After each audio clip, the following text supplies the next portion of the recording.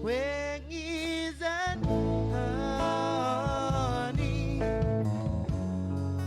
Trinistizan pini Tinggu rason by padesi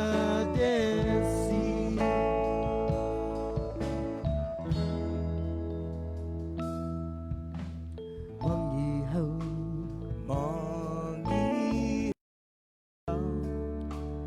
Toda pare Hogu saba shum Gihilo tonu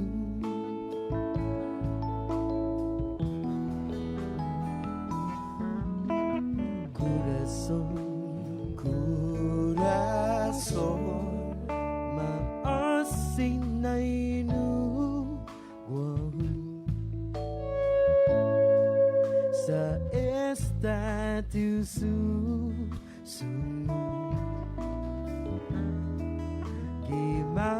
Gimahalang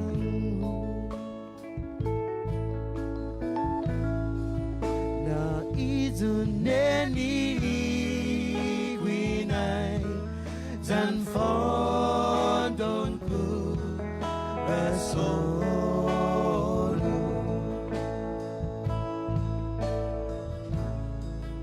Zavai pumetia na bai Panot sunu Isau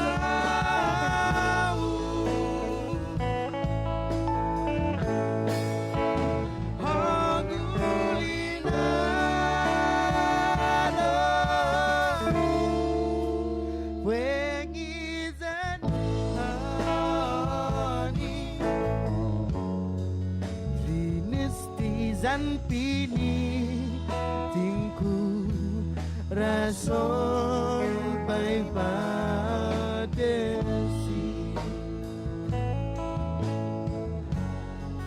Trinisti zan pini tingku rason by padesi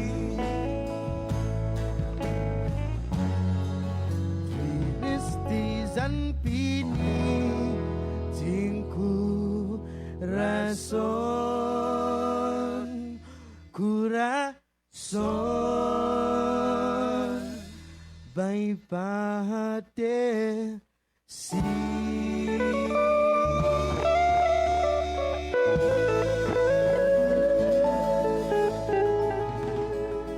Link up with Chris and Sabrina at 637-0094 on Breeze 93.9 FM.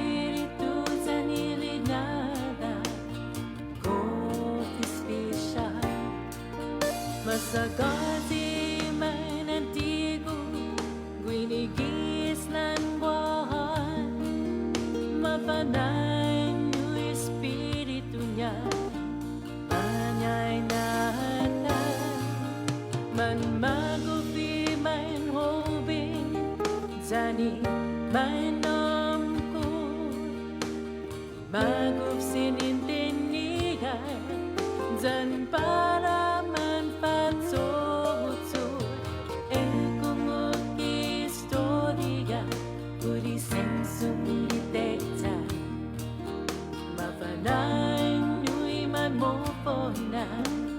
Kapun na lugar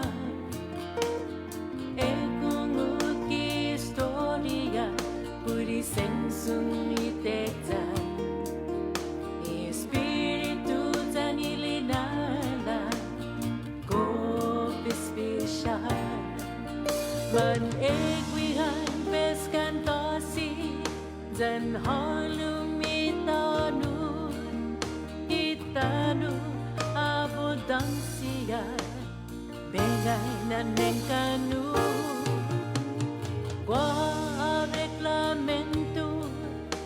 para umatok ang swerte pescado todo itaw mapati kung istorya uri sensung litekta mapalain nui man mo na kampun na lugar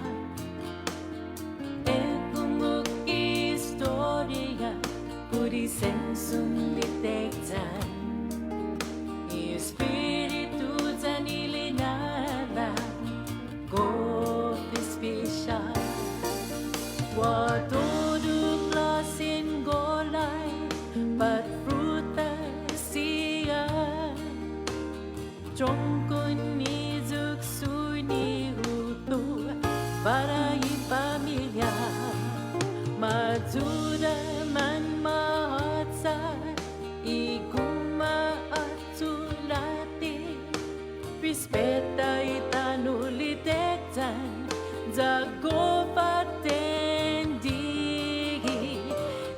kung istorya Puri sensung litektan Mafalang nui man mo na Kampun na lugar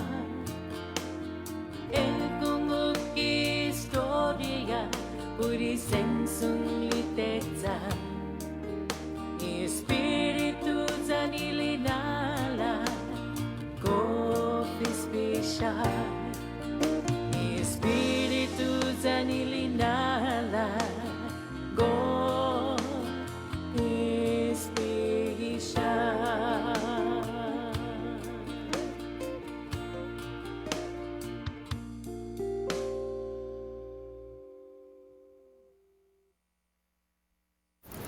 Chris and Sabrina with The Link.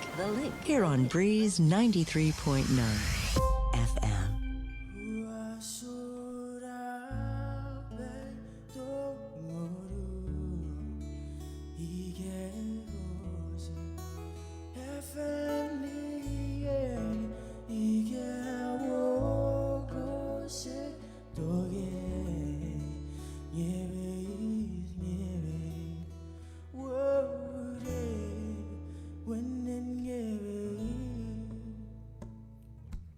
I've been told by living like a star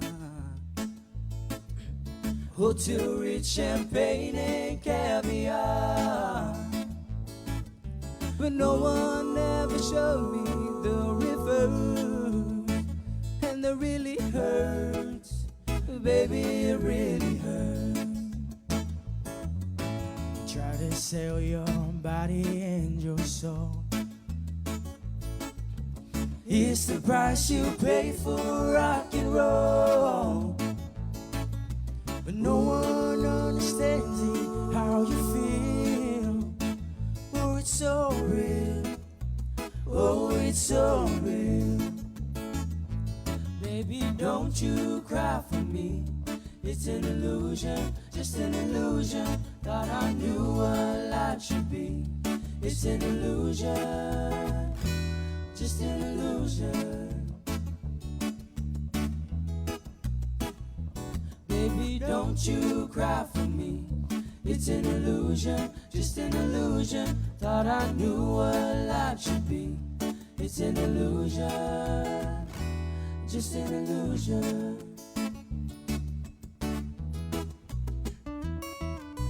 Critics crucify a late show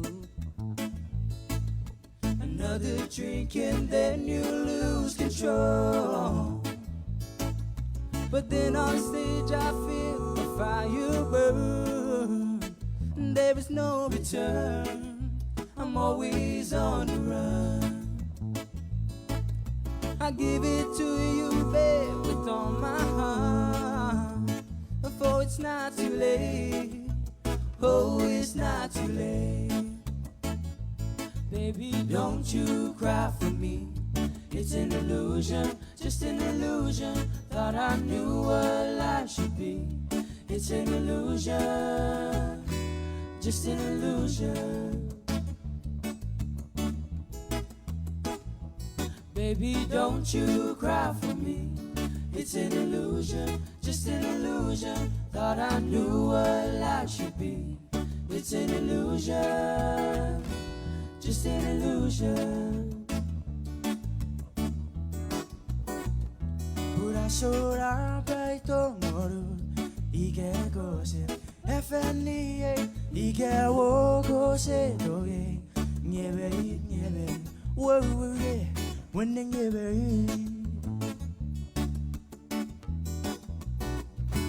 Pura peito moru, ike kose FNEA, ike wo kose doge.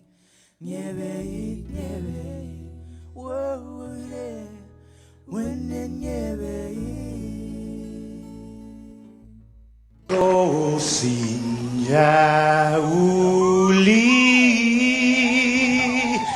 di sombranza tanmak et zuita saluda antes de niga radzaudzan malak estrellas durante todo el memu a no distancia como cupo palu Zangiman malak guafi Ikon una sugi airi Preba tu la noci Nai banderata gaigi Pues Atan Fanny bandera, kau esta pagua pumalapa,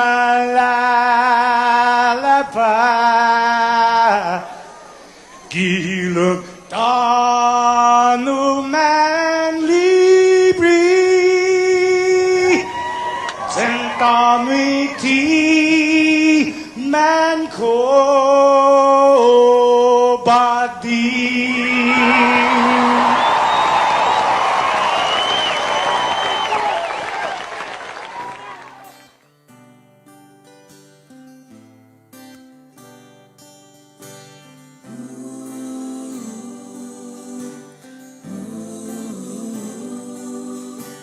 Viva una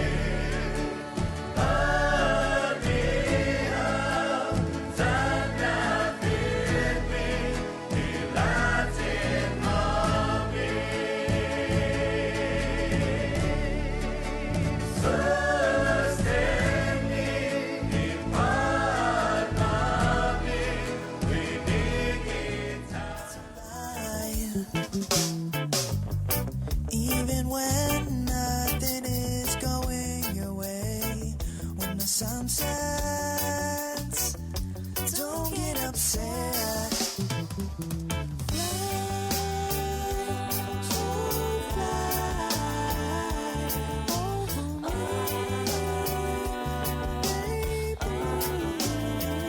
So won't you fly?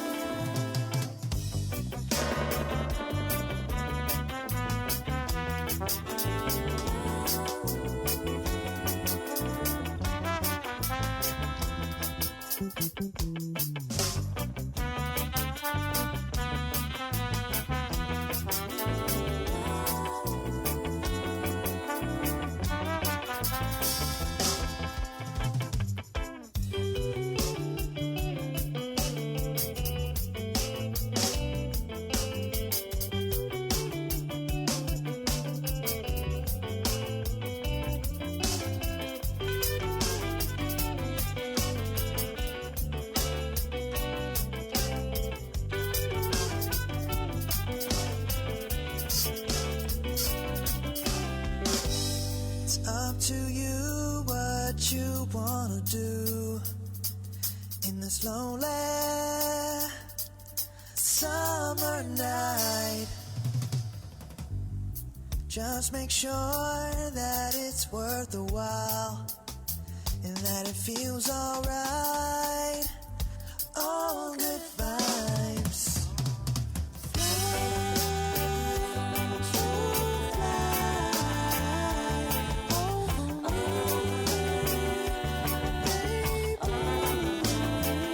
So won't you fly?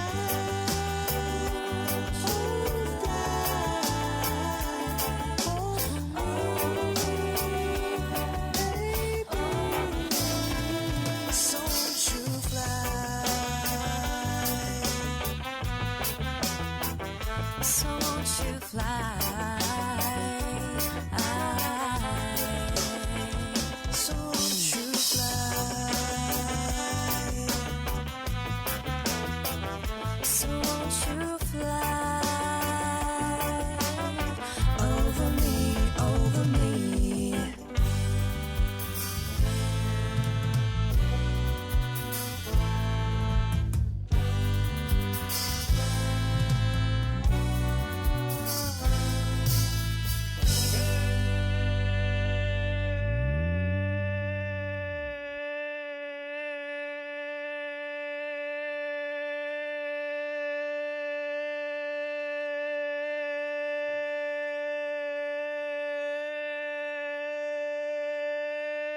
Good morning, Guam. Right on. Monday. Whoa. Monday. Second Monday of 2022.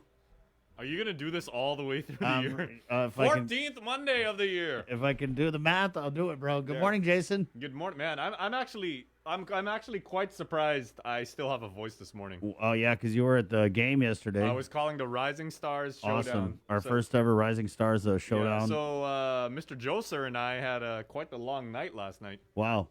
Pretty long day too, setting up. And, So let's talk about it.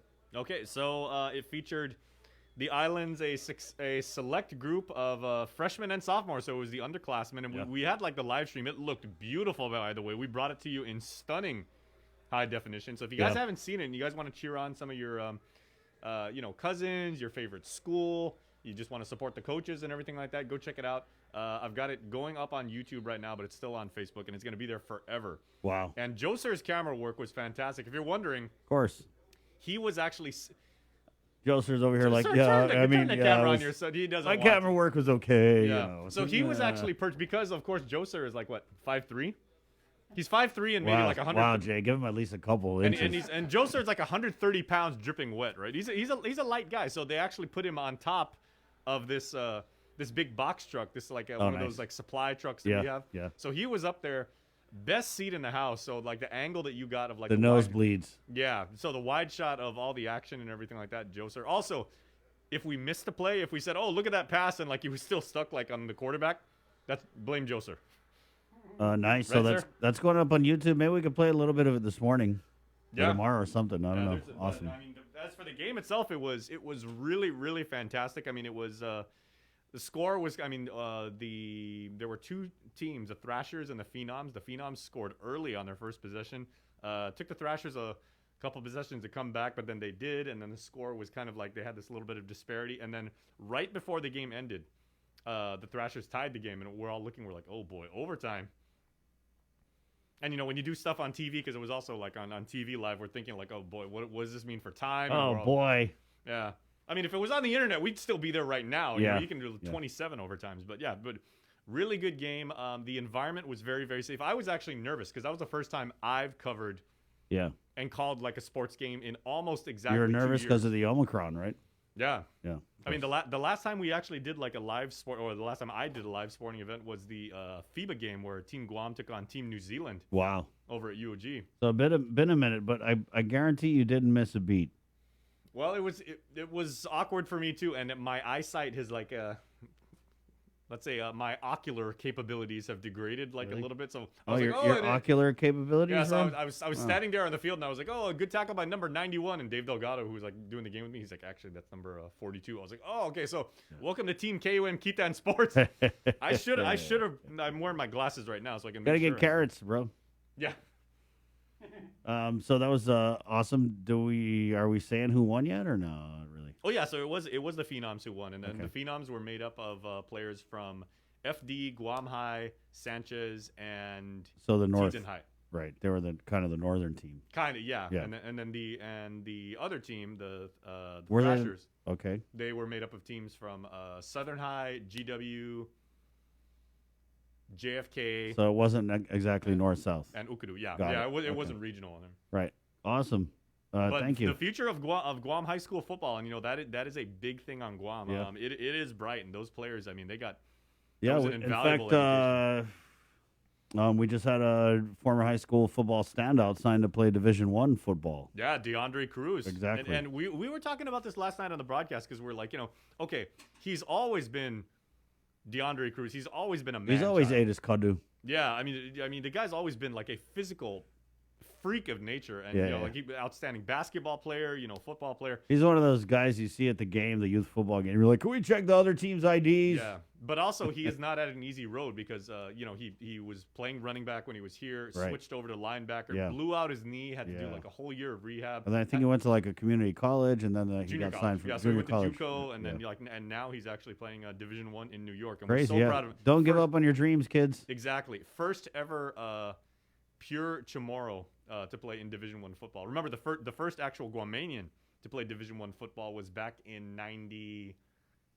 I want to say that was in '98 or '99 when former FD standout Brandon Knapp Right, played for San Jose State. right. That's right. And a bunch of Guam guys, including like, you know, a bunch of KUM reporters went out to Hawaii to go watch when San Jose State played the Rainbow Warriors, and that was a fantastic time. But long story short, there's most of those players I would assume right now. They put on a hell of a show, and they're Put on probably a going heck of a show, they're guys. probably going to school right now, and they're probably going to be like somewhat sore. So you know, Yeah. if you guys are classmates and if you're from 6 feet away, just say, "Hey man, great job last night," because they really showed up. And the best part, I want to say, was when both teams, you know, like at the end of the game, they go like, you know, good sportsmanship. Obviously, you want to say your own team's name or, you know, like cheer for yourself, kind of pat yourself on the back. First thing they did was they went there and they're like, all right, 1, 2, 3, thank you, parents.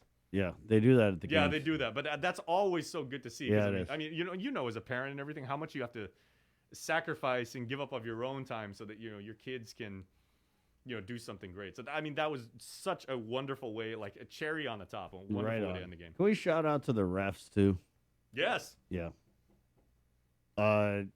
Not just for this game, but just for sports in general. I just wanted to all shout refs. out to them because I was at one of my boys' soccer games, and I forgot how our Guam parents can be at the games, right? A little passionate, shall we say? Yeah. I mean, you know, tad animated? But if the ref is like a high school girl or some, you know what I mean, maybe not exactly the time and place to be rating. And I can understand like a grown up game, we're all grown ups, whatever. But you know, middle school soccer, really, there's not really a People get place into for it. that. Yeah, they do. I think good baseline is like if you're there, cheer for your kid, cheer for the team. Mm. You don't need to not cheer or hate on the other team. Well, I know a thing or two about that because in my playing days when I played volleyball, I played for the late great Ernie Ibanez, who coached who coached FD and academy to multiple dozens of championships. He also coached GW, and if you did not represent your team well or you screwed up, I mean, Ernie would let you have it in front of everybody, and I got an earful on many occasions. And you and I were both in high school when the great Joe Taitano was coaching, and he would not, he would not hold back if some of his players weren't up to form. Hey, good morning, Facebook Live. We're not going on KUAM TV today, right? Because of football. Yeah, right? they got more football. Right. Lourdes Paris, good morning. Ken Paulino, good morning. Terry San Augustine, good morning. Guam KUAM News Team, and everyone stay safe. Isabel Balahadia, a half a day out of my chair is kind of up high today, sir. I don't know what happened, but You got the nice chair too. thank you. Isabel Balahadia, half a day to all our family, and Happy New Year from my family in Washington, the Balahadia and Cruz family. Stay safe. Love you guys. All right. Liz Agagi, Is good that morning. is that the Puyallup, Washington Balahadias? Because I know there's a few up there. Wow. Yeah. There's a lot of Chamorros all over Washington State. Yeah. Alfredo Gloria, good morning. Who else we got here? F. Glenn Lujan, our friend, good buddy. Good morning, everyone. Happy Monday. Speaking of getting ready for school. Yeah, happy Monday to you. Bev Test, Jay Solis, Buenas from Today's Road, Francis Wolford, Hafaday Guam, Mary May Macias. Good morning, everyone. Good morning on you. Also, I don't want to give it away, but Bev Chess J Salas actually messaged us Nice. and was a winner of one of the prizes Right. from the Calvo sweepstakes. Yeah, which one? I know it was one of the big ones. So one of the, Was one it of the grand shopping prizes. spree or? I believe so. All right. Well, let us know, Bev Test, Jay Solis, because remember we were talking about that shopping spree thing. I was excited about it. I was Yeah. totally not eligible to win, but And also such wonderful people to win it to because they kept messaging and they're like, "Hey, when's the grand drawing? When's the grand drawing?" I was like, it's not us from that point. We were just promoting it, but I was like, that's all on Calvo. nothing to do with it. Congratulations to them. Maggie Monroe Anderson, Monday, whoa, yep, that's the spirit girl. Maggie always posting the most amazing pictures. Please friend her, guys, on Facebook. Like you see just the images of Guam that she captures, all over the place and everything. It's gonna make you smile. Thelma Alfonso, happy Monday. Fern Titus, welcome to the show. By the way, I believe speaking of Maggie's timeline, she posted something. Her husband gave her this gift. Maggie, is it a flute? Because she does teach music, and her husband gifted her with this wonderful instrument. I believe it's a flute. Oh, Auntie Agnes, $2 Cabrera, good morning, my Lincoln KUAM friends. Have a great and safe day. CQ also checks in. You have an amazing Monday. And Alahan in the house.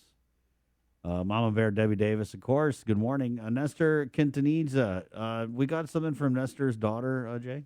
Mark do. Tyron, good morning. Yeah, so a member of the Ling family. So Nestor, of course, he was tirelessly, speaking of, supportive parents, tirelessly and happily and proudly promoting Jada Marian, his daughter. And she is today's Cover Me, and we're going to play She's Taking on Adele.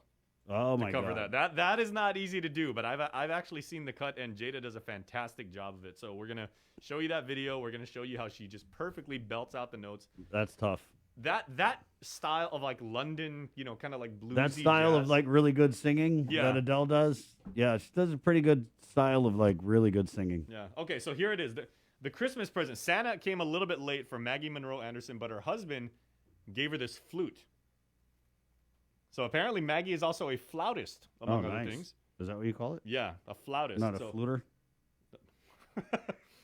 So Maggie, that's a beautiful intro. You know what, Maggie? If you want to come on the show and Yeah. play us a couple things, Play us a tune. Yeah.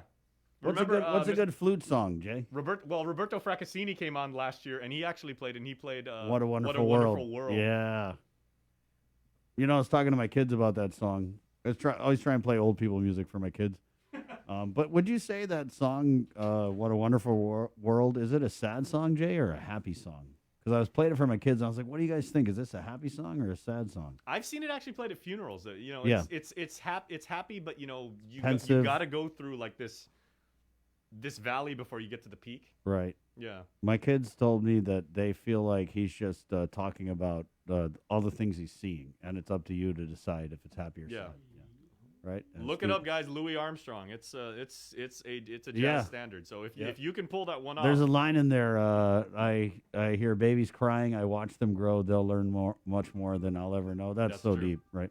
Anyway, hi. Yeah, good morning. It's Monday, 6:36, the 10th day of January. We're brought to you by Pacific Points, Calvo Enterprises, ITNE, and Jack in the Box. Good morning. There's been a change here with the COVID-19 testing. I know that the governor had been saying that they were going to increase the availability of testing, but I know you guys were out doing your thing this weekend. Probably thought, oh, I'm going to get tested. But the COVID-19 testing is now by appointment, right? It's by appointment only, I believe. So they're not accepting any more drive, which is very interesting to me.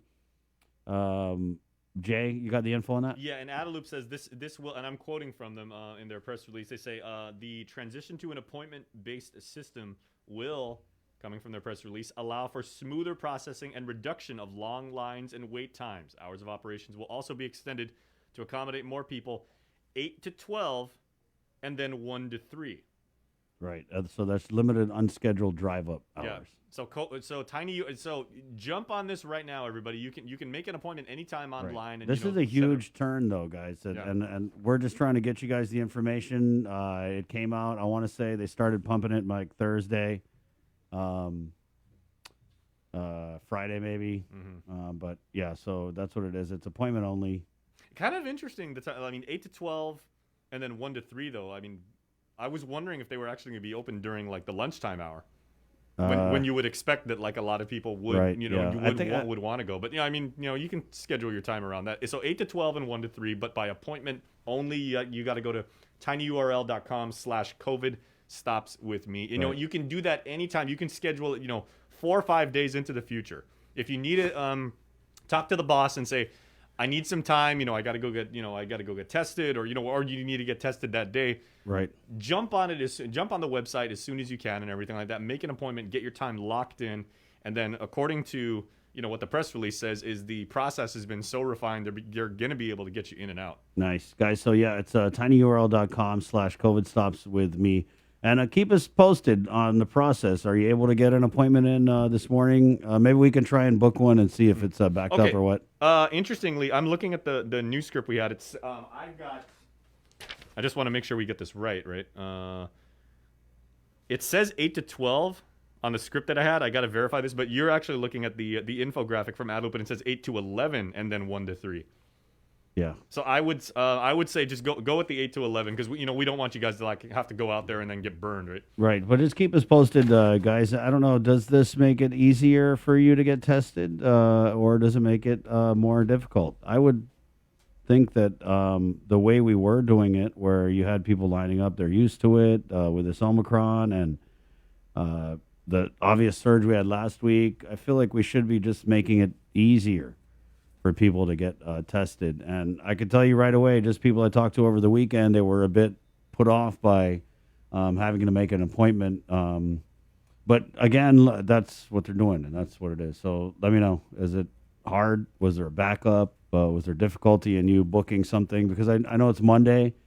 You guys are probably maybe had a weekend where you're out with people, and I know on Mondays, usually you would see people lining up to get tested because of whatever they did throughout the weekend. Mm-hmm. Right, so we'll see. How was your weekend, by the way? It was good. How about you? Well, I mean, you guys know what we were doing yesterday. Yeah, We're all about sports, but I laid down for like a 30-minute nap at around 12 yesterday, and I woke up at 5. So that was wow. Yeah, I must have needed it though. I'm guessing you didn't have the kids. No, they went home. Yeah, we went to church yesterday. I had my Christmas dinner 2.0. It worked out really nice over the weekend. What'd you have? Did you cook? Of course. Yeah. Oh, what'd you make? I made green bean casserole, the homemade one. I made some salmon belly, some hamachi collars, some mashed potatoes. Good stuff. Wow. Yeah. Nothing. Just threw something together. Joe Sir is not working off of much sleep because he was part of the crew that the one thing about doing these live broadcasts is setup and breakdown is like a third of the time. So you didn't get home until like what, after midnight, sir? Hello. Okay, you can't see him right now, but his eyes are like a little not as wide, let's say, as they normally are. But Well, let's just say if we had to sing happy birthday today, I don't know how good his Tonickling would be. Our Tomas Manglonia, who stays in Agana Heights and everything like that. I guess he's on his way in, but he's saying some cars already lined up at Tidzen. Speaking of the testing, Yeah. Good hustle, Tomas. So Jay, I mean, if we wanted to check how the appointments were going, I guess how we do it is if you were to go into it and try and make an appointment, like let's say for 9, and then it would tell you if there's availabilities or not. Yeah. So basically, it uses the it's like a ticketing system, Eventbrite. Right. Yeah, and if you've never used Eventbrite before, I mean, it's hugely popular in the States where you can book concerts, conferences, like stuff like that. But they've modified it to work for this, and I've done it for, when I got the booster shot, when I got my second shot, really, really fast and very, very helpful. They'll send you an email that actually has your confirmed time. If you ever need to modify it, if you need to completely cancel your time, it's really good. And remember that they're doing this to hopefully make the process smoother. So again, you're thinking if I have to take maybe an hour and a half off because I gotta leave work and I gotta tell my boss, hey, I need 90 minutes. Hopefully, with this new system, it won't. Well, even take just that long. guys, I would think that allow the first day is probably going to be crazy. I mean, it's going to be crazy because they didn't really publicize this, and we're getting it and the opportunity to promote it to you this morning, right now, and testing starts in about over an hour. So I'm thinking people are going to show up. They're going to show up as drive-ups, and then some people are going to have appointments. But I think what's key here is if the government is telling you to make an appointment to get tested, then they better hold to the time of the appointment, right? Don't tell you to go and jump through these hoops to get tested, and then you show up at 11 for an appointment at 11, and you don't get tested till 12:30. That's what I'm worried about. So keep us posted and let us know, guys. Okay, also, before we get into news, congratulations this morning from the world of social media, going out to KUM News' own Hannah Devanzo, because she went back home to the States to visit with family for the holidays. Her last 2 TikToks, I mean, she's only got 1,400 followers on TikTok. I mean, I'm not saying only; she's got way more followers than I do. Her last 2 videos have had 1.1 million views and 1.8 million views. Wow. She did this. It's a super funny TikTok, and I'm wondering if I should just give it away. But basically, her and I believe they're her cousins or her brothers, they punked her grandpa back, and they basically said, okay, they held this orange out, and then they blindfolded the grandpa and said, hey, grandpa, put your hand on this. And they basically made him think that he put his finger in their dog's butt. That's such a TikTok thing to do. It's like the ultimate prank, and you watch it, it's hilarious. I've seen it a dozen times, and I always crack up. But the community went crazy off of that. I mean, she's got 113,000 likes. Again, 1.8 million views. I mean, she was hitting. That's influencer numbers right there. Wow. I mean, that's way bigger than anything I've ever done. So congratulations. I mean, she hit the 1 million mark. That's awesome. Franklin Rosario Jr. Jay, we had a comment here. How about for those who don't have internet access? Good question there. Well, if you don't have internet access, just show up. I mean, what are they going to do? Turn you away? I mean, it has been kind of public health's unofficial mantra throughout the pandemic, as they said, look, as much as we can, and I think 99% of the time they won't. They said, we're not going to turn anybody away. Nice. Yeah. Of course. 644. Especially if you take the initiative and go out there and go get tested. If you really need to, I mean, hopefully they'll be able to accommodate you. They did release a new guidance here, Jay, that came out. I think this came out yesterday. Yeah, exactly. 8 p.m. What a COVID infected person is, what some of the the definitions are, and this is actually revision 1 to the latest one. Yeah, and so this is dealing with isolation for confirmed positive cases. For symptomatic individuals, so there's different protocols for symptomatic and asymptomatic. For symptomatic individuals, if you are unvaccinated or not fully vaccinated, isolation may be discontinued after at least 10 days have passed since symptoms first appeared, at least 24 hours have passed with no fever and without using fever-reducing medication, and other symptoms have improved. If you're fully vaccinated or boosted, isolation may be discontinued after at least 5 days have passed since symptoms first appeared, or 24 hours have passed with no fever and without using fever-reducing medication, and other symptoms have improved. For asymptomatic individuals at the time of testing, if you're unvaccinated or not fully vaccinated, isolation may be discontinued after at least 10 days have passed since the day of the positive specimen collection. For healthcare personnel, at least 5 days if a negative COVID-19 viral test is obtained within 24 hours prior to returning to work. Healthcare personnel should continue to wear a well-fitting mask properly around others at home and in public for 5 additional days. Yeah. So that's basically they're changing the protocol for the infected. The infected. And we'll get more into that later. It came out last night, guys. That's the new guidance. I think it's kind of following this whole confusing CDC. I saw this funny video, and it's by this doctor guy, and he was basically clowning on the CDC policy, and he was saying what it was, which it's something like 5 days, and then you could wear a mask if you're vaccinated. It was kind of like what I just read you guys. But then in this comedy skit, the doctor had asked himself, he's playing two people, why did they change the rules? And he goes, oh, well, basically the economy, too many people were missing work because they were sick, and so we had to shorten the isolation time. And that's kind of what it is about, right? It's like, how do we, like, we're talking about the science, and then what was the big breakthrough where they determined that, oh, you only need to isolate for 5 days? I don't think they explained it. But it is what it is. It's 6:47, Monday, January 10th. Let's go ahead and get into the news. Now, our first look at news brought to you by Pacific Points with the very latest from the KUAM news team. Good morning, Jason Salas. All right, good morning, Chris and Hafaday, and good morning, Guam. Best wishes from all of us here at KUAM to all of you all over the world.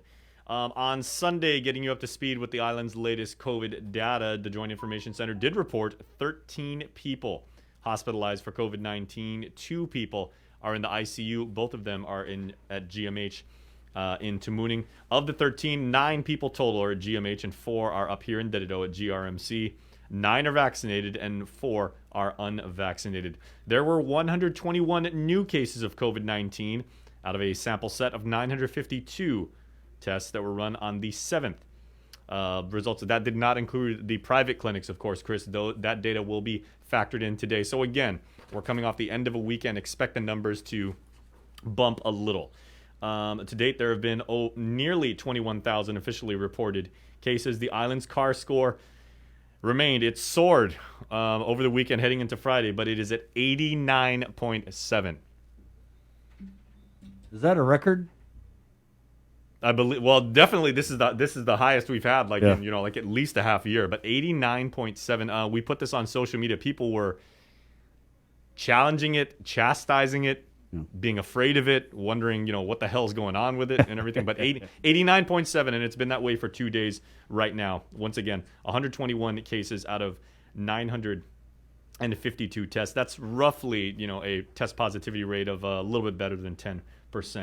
And as Chris was alluding to, starting today, COVID testing at the Teason site will transition to an appointment-based system instead of just lining up, to allow for smoother processing and reduction of long lines and waiting time. Hours of operation will also be extended to accommodate more people, 8 to 11, and then 1 to 3. Once again, you have to schedule an appointment, so please go to tinyurl.com/COVID-stops-with-me.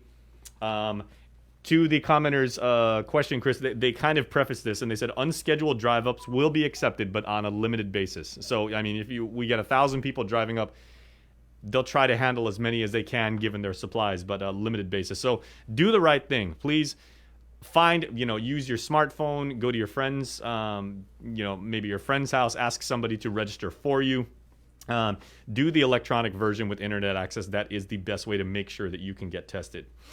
All right, let's get into our news packages now. As although the season of giving is over, the Salvation Army keeps the spirit alive year-round by aiding those in need and supporting our community. Our first story is with Daniel Perez. Over the holidays, you may have seen them at malls and other shopping outlets ringing bells and standing next to a big red bucket. You may have even donated something. Captain Eric Root of the Salvation Army gave KUAM an update on how the Red Kettle and Bell Ringing campaign went. We raised $34,000 in the kettle.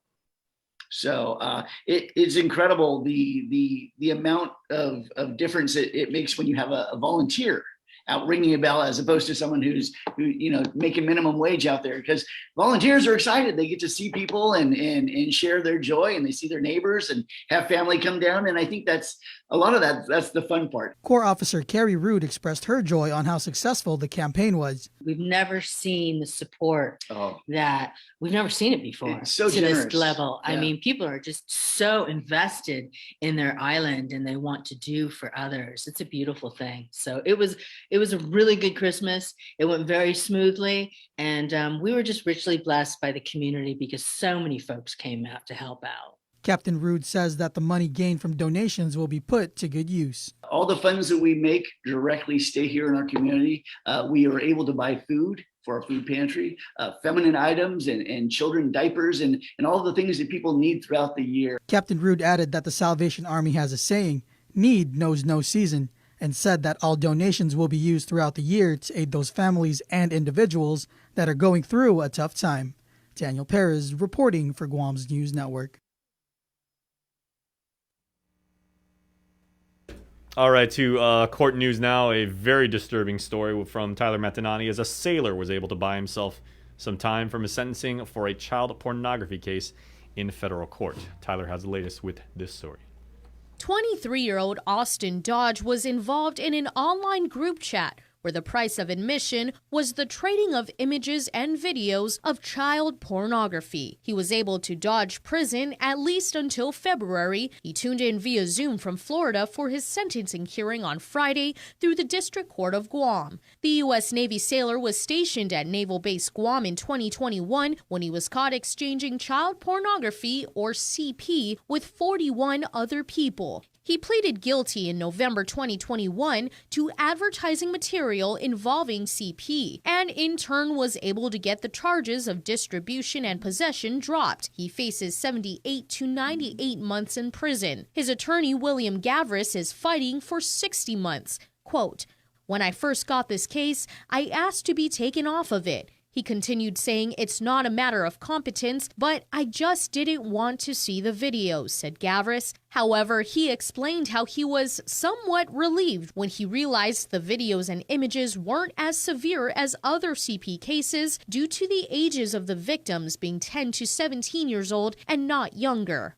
Chief Judge Francis Tydenko Gatewood acknowledged that Dodge doesn't meet the typical profile of those she's seen for CP cases. He's the youngest defendant to come before Gatewood for CP and the first case she's dealt with that has a charge for advertisement of material involving child pornography. She questioned the defense's request for a lesser sentence and whether the advertising charge would be considered more aggravating because he created the links as opposed to just accessing them. Gavris argued that his client was seeking the thrill and that creating the link was his way of being able to gain access to the chat and that he only did it once. He said that Dodge would often use his father's motorcycle growing up and didn't have it when he came to Guam. Quote, "Riding a motorcycle is dangerous. They get a thrill with being on the edge of life, and I think that's what happened here.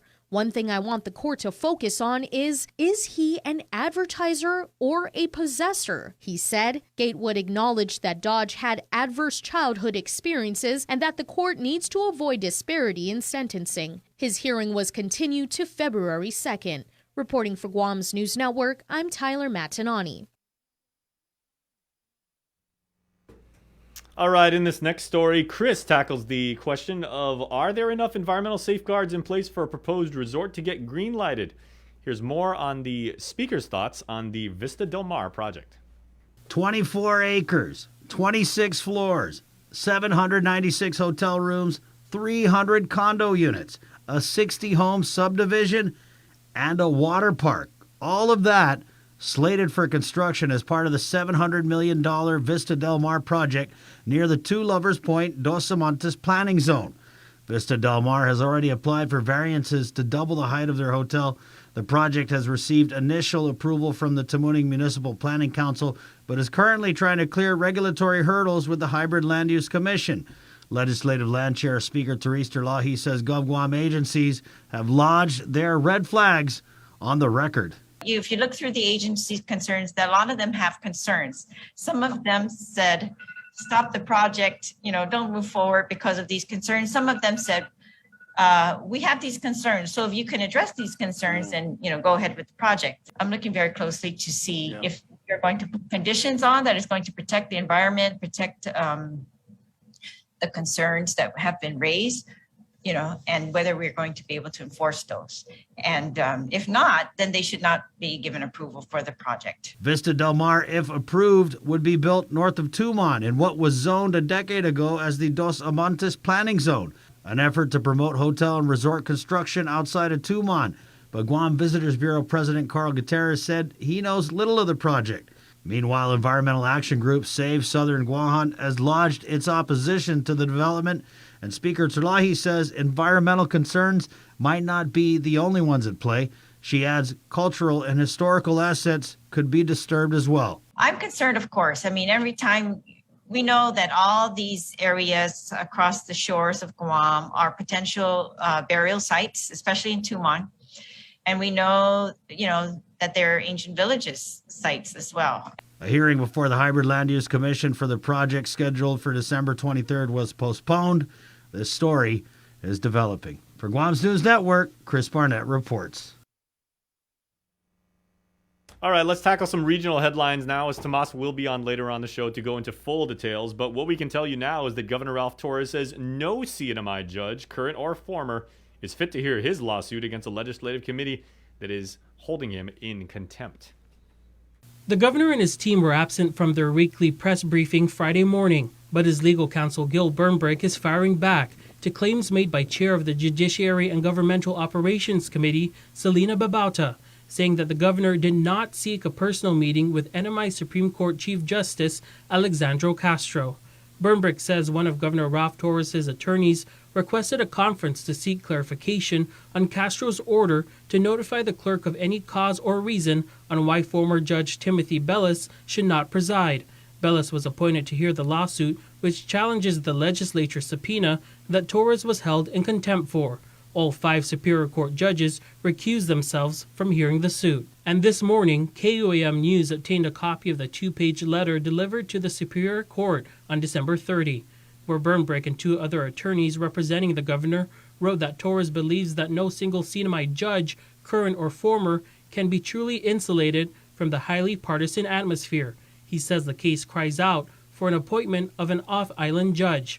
However, they acknowledge that Torres does not see any statutory grounds to disqualify Judge Bellis. In a separate interview, Delegate Kilili weighed in on the potential impeachment by the House next week. It is not my duty. It is the obligation, the duty of our legislators, and I will respect their decision one way or the other. I will respect it. It is sad, but I think it's necessary. In a battle of checks and balances, the fate of the governor hangs in the balance. All right, and real quick, we have a interesting comment now posted by Bob, Lisa, Leon Guerrero in our comment stream on Facebook Live. So Bob and Lisa, thank you for this. Bob and Lisa say, good morning. Is Tizen the only testing site today as far as public? Yes, because if you want to get actually vaccinated, you can go to make an appointment to be at the UOG Calvo Fieldhouse or either the Derido or Inalahan Public Health Centers. But if you need to get tested other places, you can always contact your private clinic, your primary care physician, and do that. But as far as public resources from public health, Tizen is the sole testing site. So thank you, Bob and Lisa, for bringing that up. Okay, now let's go to a Culture Club profile as the latest inductee into the distinguished organization that is the KUM Culture Club is CNMI artist Momoko Halstead. Culture Club, brought to you by Hanum, the freshest bottled water made in Guam. Hi, my name is Momoko Halstead. I am from Saipan, and that's where I have my workshop. I am a modernized jewelry maker. I use specifically spondylis in the majority of my artwork, and I have been doing this over 3 years now. It was me going to a garage sale first. I just found the Dremel. I didn't know what it was for or what. I just was like, oh, a Dremel. I just bought it. And so from there, I was like, maybe I could make something for myself. So I was like looking around, and I was like, oh, spondylist. It's something that Saipan, represents home, and that's how I started. It was for personal use. And I made myself necklaces, bracelets, and then my family members wanted wanted a few, that I was wearing. I was like, oh, okay, I'll make you some. And so I made some for my friends and my family, and it was great gifts to give at that time. And that's how it started. It was all personal use in the beginning. Right now, I restock at the Shack only. It's kind of hard to manage with other places, so I kind of decided just the Shack for now.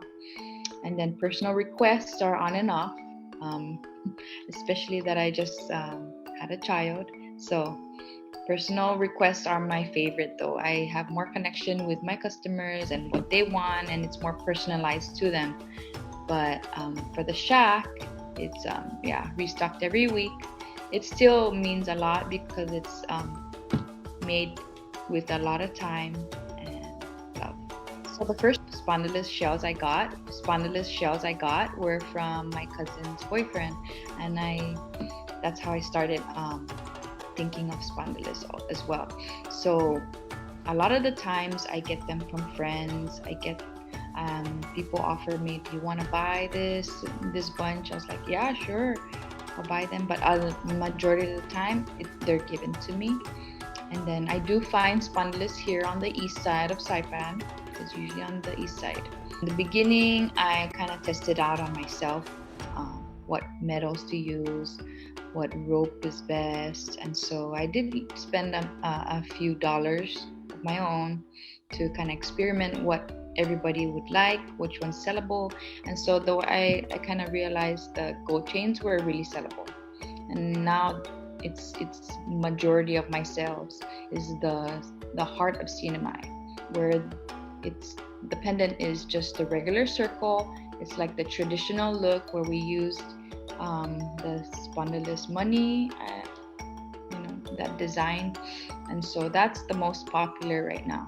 I highly recommend trying it out. It might not be for you, but it takes a lot of time to learn the skill. And I do have my own club at Cagman High School. So I'm teaching special education as a teacher aide there. And I have like this small club where we meet Mondays and Wednesdays, and I teach them how to carve. First you gotta design your work, and then you create it, and then we're gonna decide if it's personal use or for selling. So that's what we were doing. I have a channel on Instagram. My account is spn.dillis670. Some people Saipandillis, SPNdillis, whichever works for you. That's the main account I use to communicate with my customers. So the main thing is I love seeing people give it to somebody else, give and to cherish a piece of home, and to share our culture, yes, of course, to the family members and their friends, and just seeing everybody loving the fact that it's from home. That's my motivation, where each piece can be given to somebody and you can take it anywhere you go, like a piece of home anywhere you go. So that kind of really motivates me, especially like I said, personal use. Personal requests. Like sometimes they would ask me, oh, can you make like a cancer sign pendant? And so I would make it, My work has no timing. So let's say somebody orders something from me.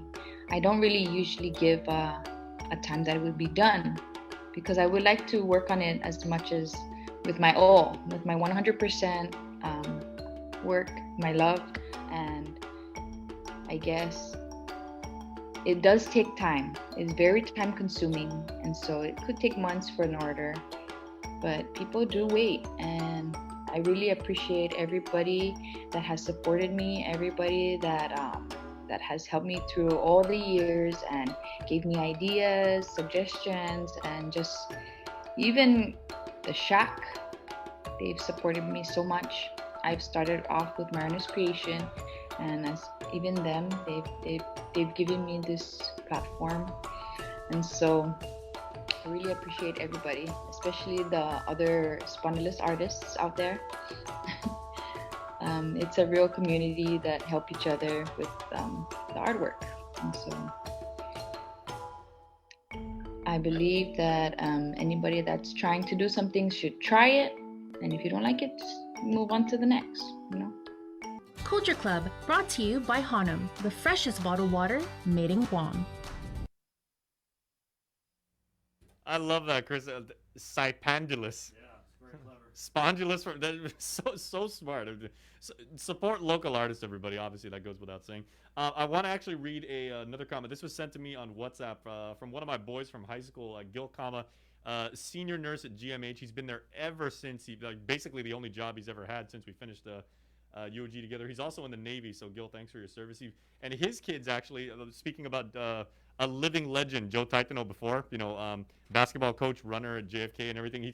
Joe, of course, now coaches at Guam High, where both of Gil's kids have competed in cross country, and said that, yeah, maybe in the 80s and 90s, coaching styles were different and everything like that. But he goes, Joe is super motivational, encouraging, a great teacher and compassionate, never yells negative stuff, but very, very nurturing to all of his athletes. So that is a fantastic thing to say. And like I said, I've had the great pleasure of being able to call a couple 5K races in which Joe competed. And I mean, the man is a living legend. I've talked to him a few times and everything like that. It's always been an honor for me to, have any kind of conversation with the great Joe Taitano.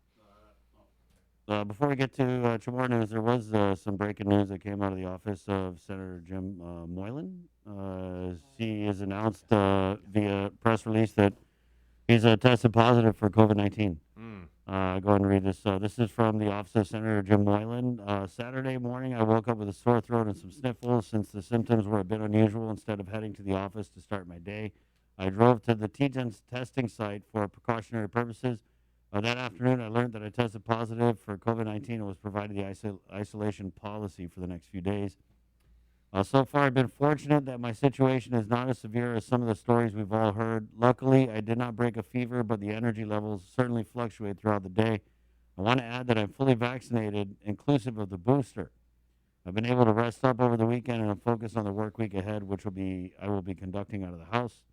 Thank you to those who have shared uplifting and positive messages and prayers, as it certainly helps with the recovery process. In closing, I'd like to encourage everyone that if you have any symptoms from fevers to coughs or even sore throats, please get yourself tested. While some of you may feel as if your immune system would be able to sustain the discomfort, you may very well be a carrier and possibly pass the virus to someone whose system is the complete opposite. As the famous quote from an 80s TV show expresses, can't wait to see where this goes. Knowing is half the battle. Thank you, and God bless Guam, Senator Jim Moylan. Interestingly, because what TV show is that, Jay? And Senator Moylan himself, of course, a retired officer in the U.S. Army. So good to cite G.I. Joe and G.I. Joe. Yeah, and of course our prayers to Senator Moylan as he recovers from COVID, unfortunately. We also want to mention that, of course, your link update, all of our stories were brought to you by our friends at Pacific Points. They were also one of the big sponsors of last night's Rising Stars Challenge. Again, you can watch that on Facebook or YouTube. So thank you to our friends at Pacific Points for making this possible. And thank you to First Hawaiian Bank because they are the sponsor of our next segment. It is Chamorro News with Uncle King Conception. Buenos updates to get some to be sa Chamorro ni KUAM News. Presenta ni Familian Mito gi First Hawaiian Bank. Hanun sa magahaga luliang grado na harisibi kohan 1.4 milyon pesos na salapi para home energy relief into the American Rescue Plan. Giadzo 816 mid, 537 sa low-income home energy assistance na programa sa 611 mid, 263 sa appropriation ginagobernamentong gohan. Linya sa Leong Grado gi press release na este ng kantiran salapi sa nanong masi plano ni administrasyon niya para asisti sa nadzudo para ifamilyarta. Sa tumilong sa na-defect sa ERA na programa sa migay sa preciso na inadulanto gihinananay para ma-assist komunidad sa para makontinua adzo na inasisti sa mastat kilo na totso niya. Masasunto, na siya man descansa estudyante siya para 2 semanas sa Christmas, siya Departamento ng Edukasyon, mana mas adelanto'y salud sa seguridad estudyante siya, may para mabira siya tatigi eskwela. Mamaningkargay GDOE ka na 500,000 pesos na balintrapat, siya talamasa siya, para mareklajit manula na estudyante gi hallway gi eskwela siya, dan itadi na sa manay na siya para famagonia, dan iti maatetan dia di sosyal na dinistansya. Si John Fernandez, si Superintendent ng Eskwelaang Publiko, sa asangan na esta di man maingkarga na artikulo siya sa manmatu, desta mareklajit siya gi sa ganiya gi eskwela di December na mes. Mas artikulo, maripon ni CNMI 37 nuevo na kausang COVID-19. Según ni Commonwealth Healthcare Corporation, giadso na numero 17 sa man ma-identifika in contact tracing, 11 sa ginites gini komunidad, sa 9 sa ites sa pagpapambueta. Putodo para paguna dia, 14 man ma-hospital sa 465 sa man aktibo na kausa. Putodo disti matso na mes gi 2020 na sakpan, 3,598 na kausa, sa 3,307 wihi sa man ma-report disti Oktubre na mes 2021 na sakpan. Ito na vaccination rate is CNMI sa 96.7 in total populasyon ni man kwalifika para fan mabakuna. Iyot mo na asunto para pamuna Lunes gifinot sa moro gin ni KUAM News, según ni Rhoda Health Center, 2 na tao sa maninatin ni COVID-19. 4 na tao ni maniho ni ST2 sa manmatest na negatibo resulto niya. Para magkontinuya contact tracing hasta que ma-identifica todo di maniho at gunigi idos para fan matest. Para Guam News Network, Gualsican Conception. Yasuto gifinot sa moro sa presenta sa ninafatto ni Familia Mizo gi First Hawaiian Bank. Say hello to the First Hawaiian Bank mobile app. Want a better look at your spending? With MoneyMap, you can automatically create budgets and manage where your money is going. Know when you have a green light or when it's time to slow down. Maybe cook more meals at home this week. Set your goals, track your progress, and find your way to exactly where you want to be. With MoneyMap from the First Hawaiian Bank mobile app. It all starts with yes. Do you feel like you're missing out on something? Make life more rewarding with Pacific Points. Earn and redeem points for bill rebates and free load at IT&E, discounts on fuel at Shell, vouchers at Foodies, and United Mileage Plus miles. You can even pay with Pacific Points at IT&E, Shell, and Foodies. Pacific Points. Do more, get more. GU Self-Storage, conveniently located near the Harmon McDonald's. We offer affordable rates, online payments, and auto bill pay for your convenience. Plus gate access daily from 6 a.m. to 9 p.m. Call us today at 648-7867 for more information. Get the job done the right way by getting the right stuff at East West Rental Center. With years of experience helping builders, we definitely got what you need. Call 646-1463 or visit us in Upper Tumon. Open Monday to Saturday from 7 a.m. to 5 p.m. and on Sundays from 8 a.m. to 5 p.m. Marianas Irrigation and Landscape Superstore. Stop on by and visit our showroom today. We offer everyday low prices on all major outdoor power equipment like bush cutter, chainsaw, power washer, generators, and more. Need service, repair, maintenance? Well, check out Guam's best superstore only at Marianas Irrigation and Landscape, located in Barragata along Army Drive between Submarina and Besta Market. Call 735-7446 for more information. Now shipping to surrounding islands. Marianas Irrigation and Landscape Superstore. The Culture Club returns to KUM Digital and KUM News Weekend Edition, highlighting Guam's young artists, activists, and crafters as they work to protect, preserve, and promote our Tomoto culture. Watch this weekly feature on the digital platforms of KUM News Weekend Edition, brought to you by Hanum, the freshest bottled water made in Guam. KUAM Communications continues our perpetuation of our Chamorro culture, language, and heritage with features available to our listening and viewing audience, including streaming of Chamorro music 24 hours per day on Isla Digital Radio on KUAM.com and the KUAM News app. Chamorro News Update, weekdays on The Link and the KUAM News YouTube channel. Conversations about life in our Chamorro language podcast, Cuentos Tapaco with Kin Conception. Seasonal specials, shows, and other features highlighting the beauty of our language, culture, and history. It's a new era of our continued commitment to our Chamorro heritage. Isla, watch, listen, stream. Viva Isla! I didn't get screened because I was just afraid of it. I procrastinated. I didn't have any symptoms. I didn't have insurance. I didn't want to know. There were several services that was available to me. I got a mammogram. Colonoscopy. I know in my heart that early detection saved my life. And I just tell people all the time, please go get screened.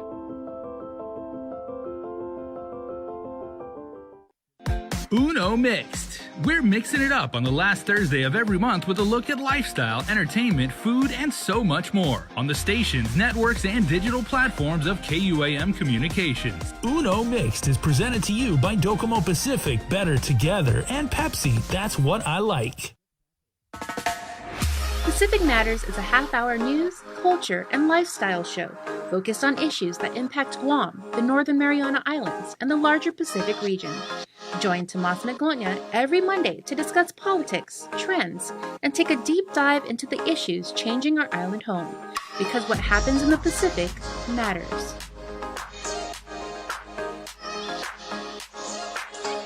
Let us know what's up on our KOM News WhatsApp tip line at 671-727-0094. Share information about what's happening in your town, on Guam or the Sinamai, and what you want us to know. Reach us on WhatsApp at 671-727-0094. See what's on TV tonight with schedules, network news and notes, local promotions and giveaways on KUAM Communications social media pages. Like and follow us on Facebook or Instagram now for all the latest and never miss out.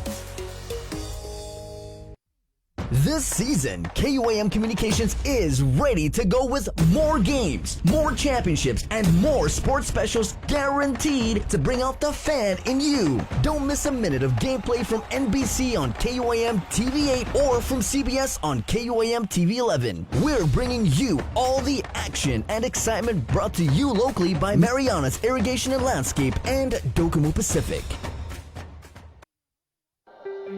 Join KUAM every Wednesday on Primetime for Inside Business. It's our new weekly segment featuring the struggle of Guam's businesses during this global pandemic. We'll hear from industry leaders about the difficult decisions they were forced to make to implement cutoffs, layoffs, and shorten hours just to survive. It's the other side effect of COVID, the island's economic crisis. We'll also feature new businesses that managed to open and thrive during these challenging times.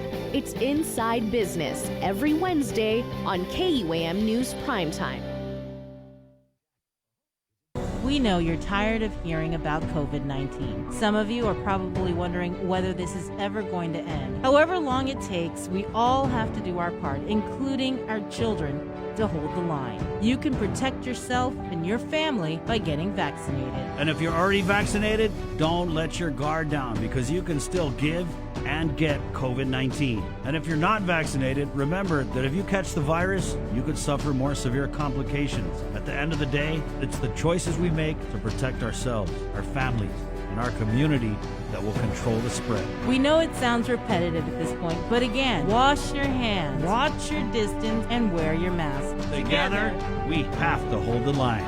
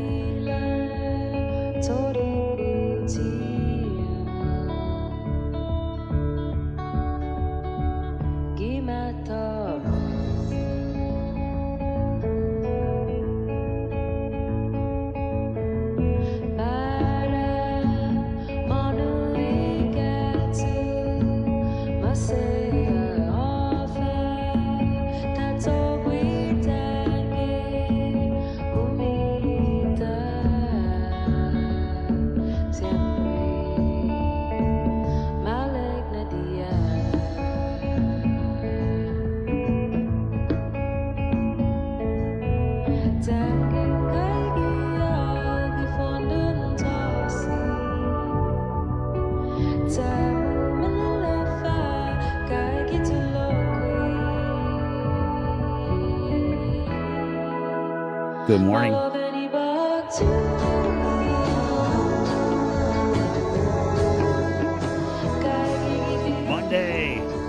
Microchild, is it not? Yeah, it's Microchild, bro. Good guess. Man, I could tell the soulful tones of Shannon McManus anywhere. She is such a talented It's person. what I call Chimindi rock, Chamor Indie. Yeah. 720 Pacific Points, Cabo Enterprises, IT&E, and Jack in the Box. Monday already? What the heck? I first heard Shannon when she was, when she, I think she was just out of high school, but she really has her roots in gospel. You know, her father's you and I interviewed her father. Pastor Steve. Yeah, Pastor Steve McManus, of course.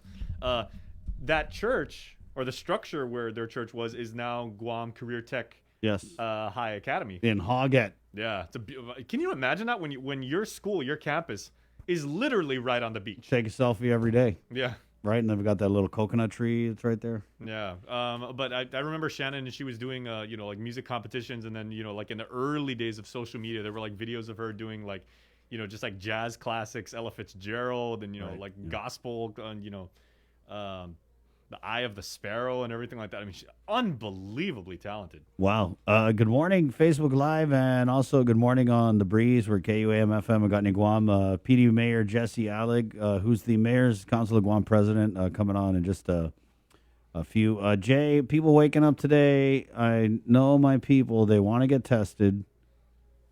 Where can they do it? And then what's the latest on the booster vaccination effort? Yeah, sure. So let's tackle testing first. If you want to get tested, the big news out of today, and please tell your friends, help us out. We want to amplify this word, because the word from on high is, as it were, is that testing now at the Teedzin site, at the old Carnival site, by appointment only. And this is being done by design to hopefully make the process smoother. There were some people in comments earlier. Joseph was telling me when we were doing news, people were asking, okay, if Teedzin's the only site, have you guys heard if Public Health is planning on opening any more testing sites?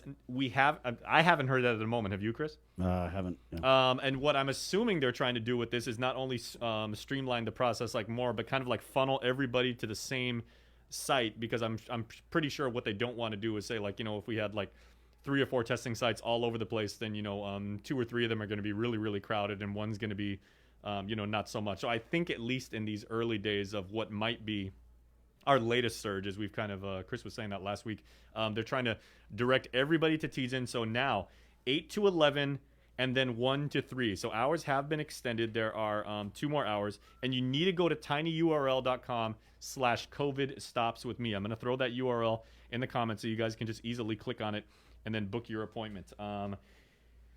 Also, if you want faster processing of your test results, you can go to tinyurl.com/Guam testing.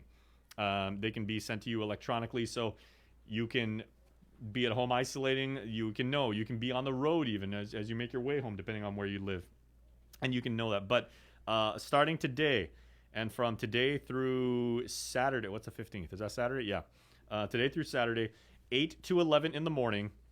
Then there's a 1-hour break, and then 1 to 3 p.m. Appointment only. Gov Guam has said that if people drive up, they will try and accommodate you as best they can on a limited basis. Yeah. And get the word out, guys. I mean, they were kind of announcing this late last week, but clearly they could do a better job of letting the people know, which is why we're here. But again, spread the word. I know not everyone listens to the link. It's a shame. Yeah, help out. But let people know that, it's by appointment only.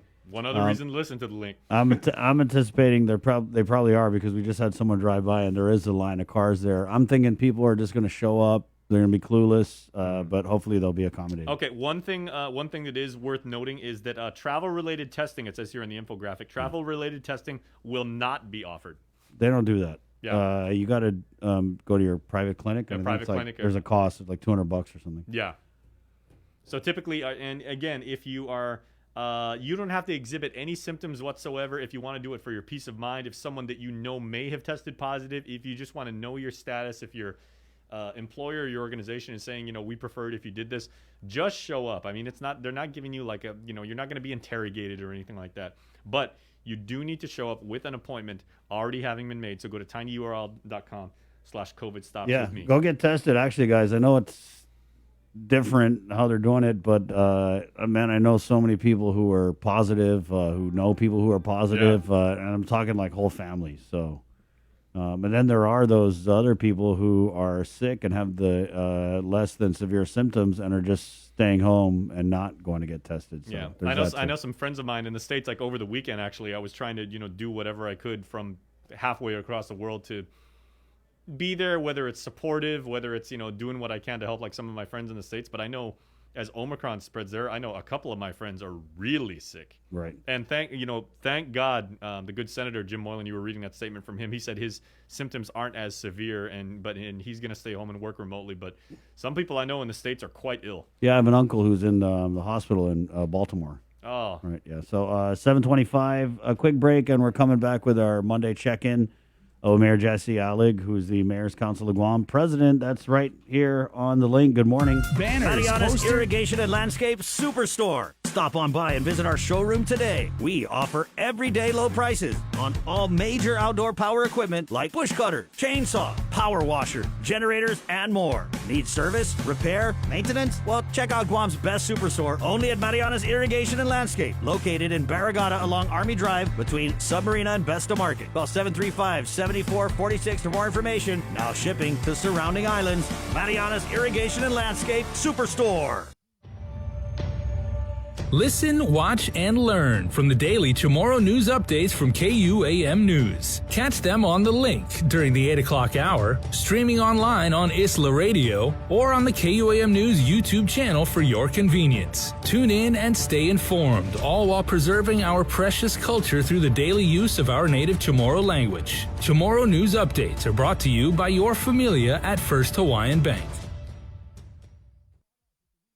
The world of television is more exciting than ever. Don't miss a minute of special presentations from NBC on KUAM TV8 or from CBS on KUAM TV11. Every month, we'll bring you the fun and excitement of award shows and red carpet moments, special series presentations, and other great network programs. Brought to you locally by King's Restaurant, Ruby Tuesday Guam, and Docomo Pacific, giving you more reasons to tune in and turn on. Fall in love with TV again with the best from KUAM Communications.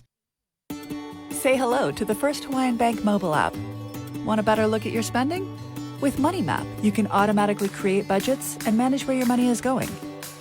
Know when you have a green light or when it's time to slow down. Maybe cook more meals at home this week. Set your goals, track your progress, and find your way to exactly where you want to be. With Money Map from the First Hawaiian Bank mobile app. It all starts with yes. Take in the panoramic beauty of our island each Sunday on the KUAM News Instagram with Scenic Sundays. Scroll through the natural beauty of the island on display. Scenic Sundays on the KUAM News Instagram is brought to you by Addis Trust and Investment, Location, Service, Trust, and Haagen-Dazs Shops Guam, where every day is made extraordinary. Do you feel like you're missing out on something? Make life more rewarding with Pacific Points. Earn and redeem points for bill rebates and free load at IT&E, discounts on fuel at Shell, vouchers at Foodies, and United Mileage Plus miles. You can even pay with Pacific Points at IT&E, Shell, and Foodies. Pacific Points. Do more, get more.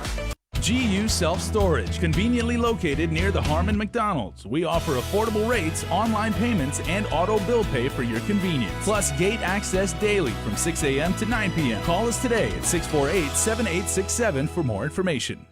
Get the job done the right way by getting the right stuff at East West Rental Center. With years of experience helping builders, we definitely got what you need. Call 646-1463 or visit us in Upper Tumon. Open Monday to Saturday from 7 a.m. to 5 p.m. and on Sundays from 8 a.m. to 5 p.m.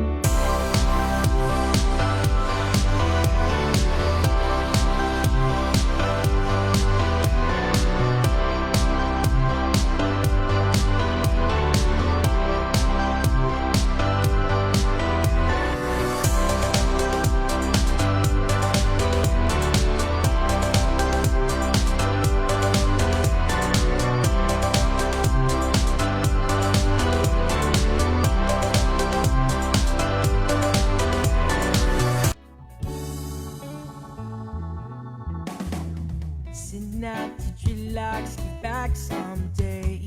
Anytime I want my half, I need it. I'll be present in a New York minute.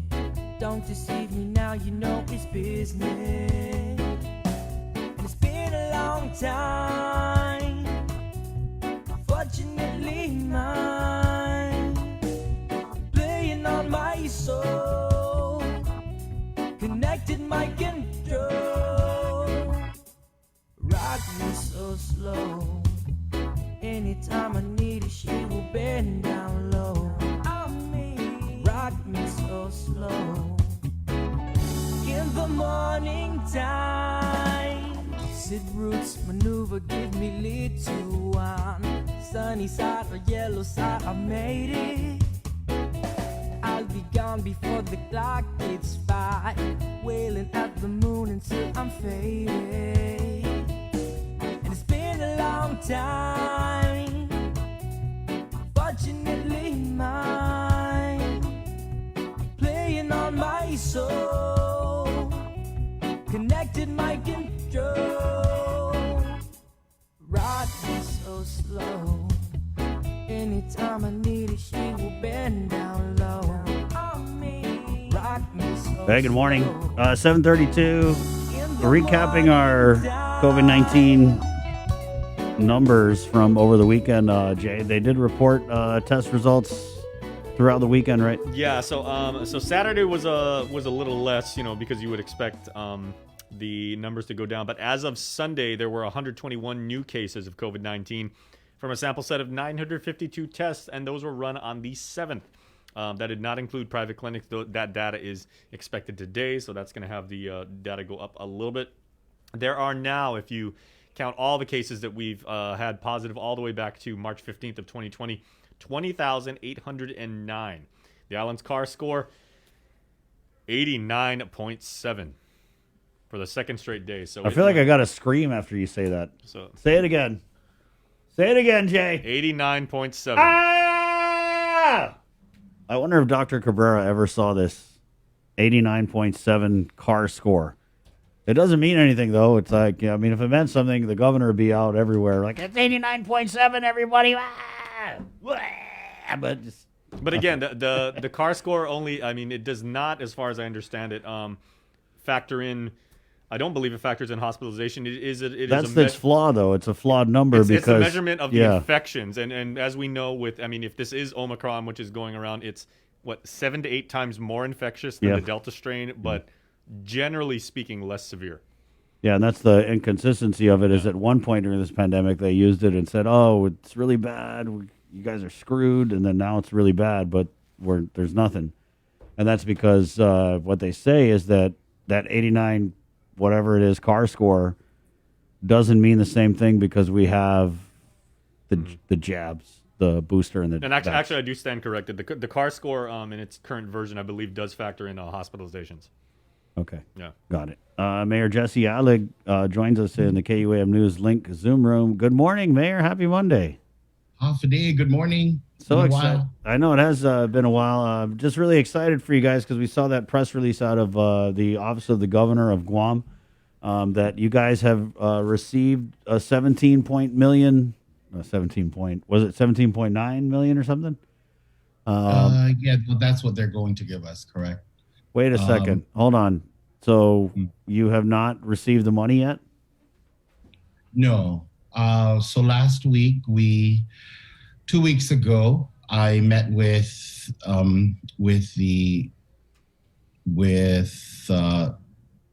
officials regarding the ARPA money that was coming to us, and we were informed that we were going to receive $8 million the following week, which was last week, but we needed to submit a little memo as to how that money was going to be dispersed. And so at our regular council meeting, that was discussed, and I requested for council approval on how that was going to, be further dispersed, even though the wish list was already submitted to the governor. And then on Friday, we had to recess that meeting, and we reconvened on Friday to discuss further about the 8 million disbursement. And it was really only to vote on how we were going to spend the 800,000 for the villages. And so now that is done, we've submitted all that information to BBMR, and now we're waiting for the 8 million to get loaded into our accounts. So we do know that accounts have been established, meaning it's ready to go. Now that they received the memo from us, hopefully we'll get that loaded this week. So that's what it is. I'm just looking up the release. Yeah, so they did say that we're going to get 17 million. I forgot 17 point something, but it was told to us that 8.3 was going to be released to us last week. Of that, 200,000 is to pay for COVID differential pay, and then the rest were for the heavy equipment, the vehicles, a cleanup program, and several other things, including a little cash to cover our shortfall for 21. So to be clear, that $800,000 that was divided among the villages was to really help us with the shortfall that we experienced in 21. And then, of course, we talk about how it was divided, how we voted, and how the division is equal for this particular amount and for this disbursement. And for the most part, obviously it was majority, right, by one. But we do know that in fiscal 22, the villages received their money through their budgets based on what we feel is a more equitable distribution, which is by the road mileage inventory. And so we've been looking for a way to make it so that the larger villages get more money than the smaller villages. And so we made that possible in fiscal 22, and we've talked about it for many, many, many years. And you've covered it, you've talked about it, many others have. And it was a hard pill to swallow, because why would you vote for something that was going to give you less money? But in the end, it was equitable, regardless of how we feel, right? And then the road mileage inventory is probably the best, and we felt it was the best simply because our main job, one of our main priorities, is to maintain these roads, these secondary and tertiary roads. And so it only makes sense to give us the money to maintain these roads. Because there's always the question about why not do it by population. So we talked about all these options. Other than population, road inventory, there are other options that were on the table. But we felt that, for the most part, this was the best way to divide that money. Now, not everybody agrees, but it was still, it's a democracy, right? Yeah. So who were the main opposition voices, Mayor Alec? Well, for fiscal 22, the fiscal 22 budget, I mean, it's not news to anybody, and it's not anything that's hidden. It's very public and clear that we do have a colleague that is against everything we've done for fiscal 22. And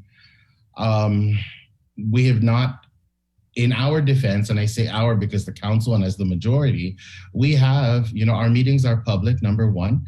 We've never discussed anything behind closed doors regarding our budget. And we had a public hearing on it. The senator had the public hearing. I mean, it's on the legislative channel on YouTube. So, I mean, it's out there, right? And it was at that time that I think we needed to make those changes if it was necessary. Regardless of that, still the majority prevailed, and that's what we have for fiscal 22. Yeah. And so when you talk about the distribution of this money, of course, there's a lot of, there's contention that, again, it was unequal, or perhaps even a disservice, if that's what they want to call it. But I'll speak on behalf of the PD Mayor's office and my village. I'm going to look for what's going to give us the most money, especially if it's a one-time handout. Yeah. And that's what this is. So that's plain and simple, I think, on that end. So, okay, just so let me backtrack here. The Office of the Governor came out with a release that they were going to give the Mayor's Council 17 point something million. That is not accurate as of now. You guys are getting 8 million, but have you got it? Is it in the bank yet? No.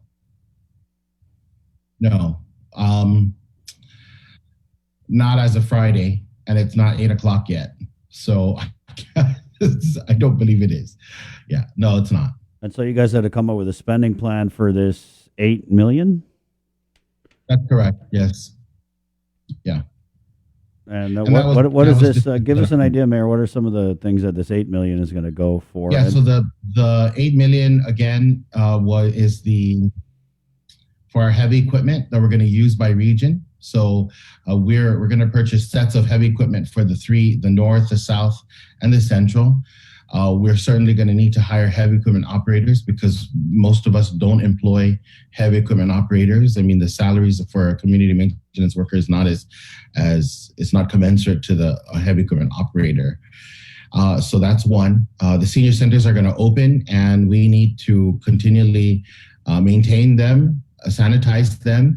So we will ensure that we have maintenance workers for the senior centers. That's top on the list. And we're also purchasing additional vehicles for the villages. Most of us operate with secondhand vehicles and vehicles that are just ready to kind of conk out on us. And so we're all purchasing. We're going to have one vehicle per village. Then, of course, it provides money for a island-wide cleanup program. And I believe that this money complements what we're going to receive from the Recycling Revolving Fund, because the Recycling Revolving Fund will give us 1.5 million, and that's for recyclables. But there's other trash that need to get disposed that we can't get rid of using that money. So I believe it's a good, complementing benefit to the council. I think with all of this news, I think one of the things that I certainly want to do with my colleagues is impress upon them that everybody is watching how we use this money, and because this money is it is a one-time benefit to our communities. I really feel that spending it wisely and making a difference in the community is important. And so I'm hoping that in the next couple of weeks, we'll have a good idea of how this money will change our island community for the better. I say that because we'll have more conversations as to how this money is going to be applied in the communities. It's not a direct aid to people, but it's certainly to our communities, to our villages, to our roads, and just to make Guam a more beautiful place. Right. I just got to ask this one, Mayor, because it's a mayor's council. You've got, how many different mayors, different mayors' offices, but the accounting of the money, right, and the spending of it. Are you confident that you guys are going to be able to do that prudently and following all the, little procurement hoops and all that stuff? Yeah, I believe we will. I'm confident in our certifying officer.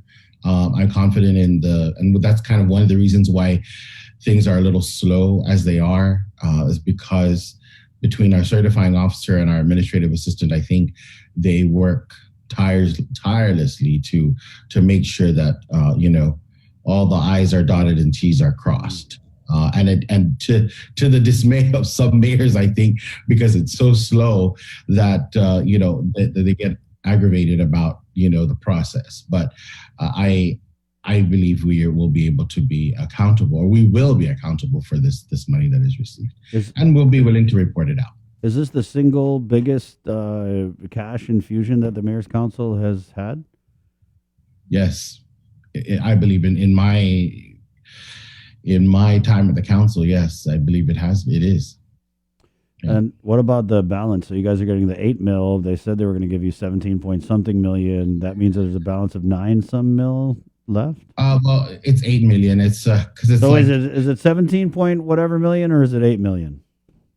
17. Okay. 17 million. But you're getting the 8 million first. So it's 8.3. Oh, yeah, it's like 8. We've talked about this so many times. I know. I don't even know what the Well, number mostly is. Sabrina. I just say 8 I'm million. usually on the side drinking my coffee, and Bree's like got this whole thing. So, excuse me, Mayor. Sorry. Yeah. So it's 8 million, 8 point something million, and the total is 17 point something million. So what about the other 9? That's what I'm saying. So that other the other half I believe is coming in the next year, and that's okay. It's okay for us because we can't, we're not able to spend all that money at one time because of the procurement process. So we're not we're not crying about that. We're just a lot more grateful now that it seems more of a reality these days that the money is here. So, But it's not technically here, because I know they come out with a release, and in our mind, in the public's mind, you think, oh, they have the money, but they come out with a release saying they give you the money, but you actually don't have it yet. Yeah, that's correct. And I think that's similar with education stabilization funds. They announced, like, this was back in August. They announced that, we gave all these nonprofits, and then even the mayors, right? So what is the status with that? Have you guys got any of your ESF money? No, I know there was a little little training last week regarding the use of that money. I was not able to attend it, but I did have staff attend that, and so I'm just assuming that it's one step closer. I feel bad because this is probably the second time that I said it to you guys, but it's like when we first got it, I kept on pushing it like, hey guys, look, this is what we got. And you guys were like, oh yeah, whatever. Let's move on to the next subject. And then finally it was like, oh, hey, what about that money? And I'm thinking, well, we don't got it. I mean, how do you come out with a release in August saying you gave all this money to people, and then come January, it's like they haven't gotten anything? That's just weird. Maybe they're worried about someone stealing the thunder. I don't know. Mayor? Well. What about the COVID pay? So I was talking with one of the staffers, I forget which office, but they were saying that you guys got some COVID pay, but it wasn't all the way current. So just once and for all, where are we with the COVID differential pay, and how far are we from coming current in paying the staffers this? I don't believe we're going to be too far to actually pay them in full. I know that the money is there. We just need to, the documentation on our part is on our side is definitely at DOA. So it's just a matter of getting it out. I should have gotten the date, but I don't have it. I believe they were paid from August to October. Right. I think that's was. Okay. And so the remaining balance should be paid. Again, I don't like to say it on air because I don't like to give everyone high hopes, but it shouldn't be too much longer now that we know we have that money. So the foster family program that you guys were doing for Christmas, that's been extended till May. Was it because you guys didn't reach the goal? Or what was the reason there, Mayor?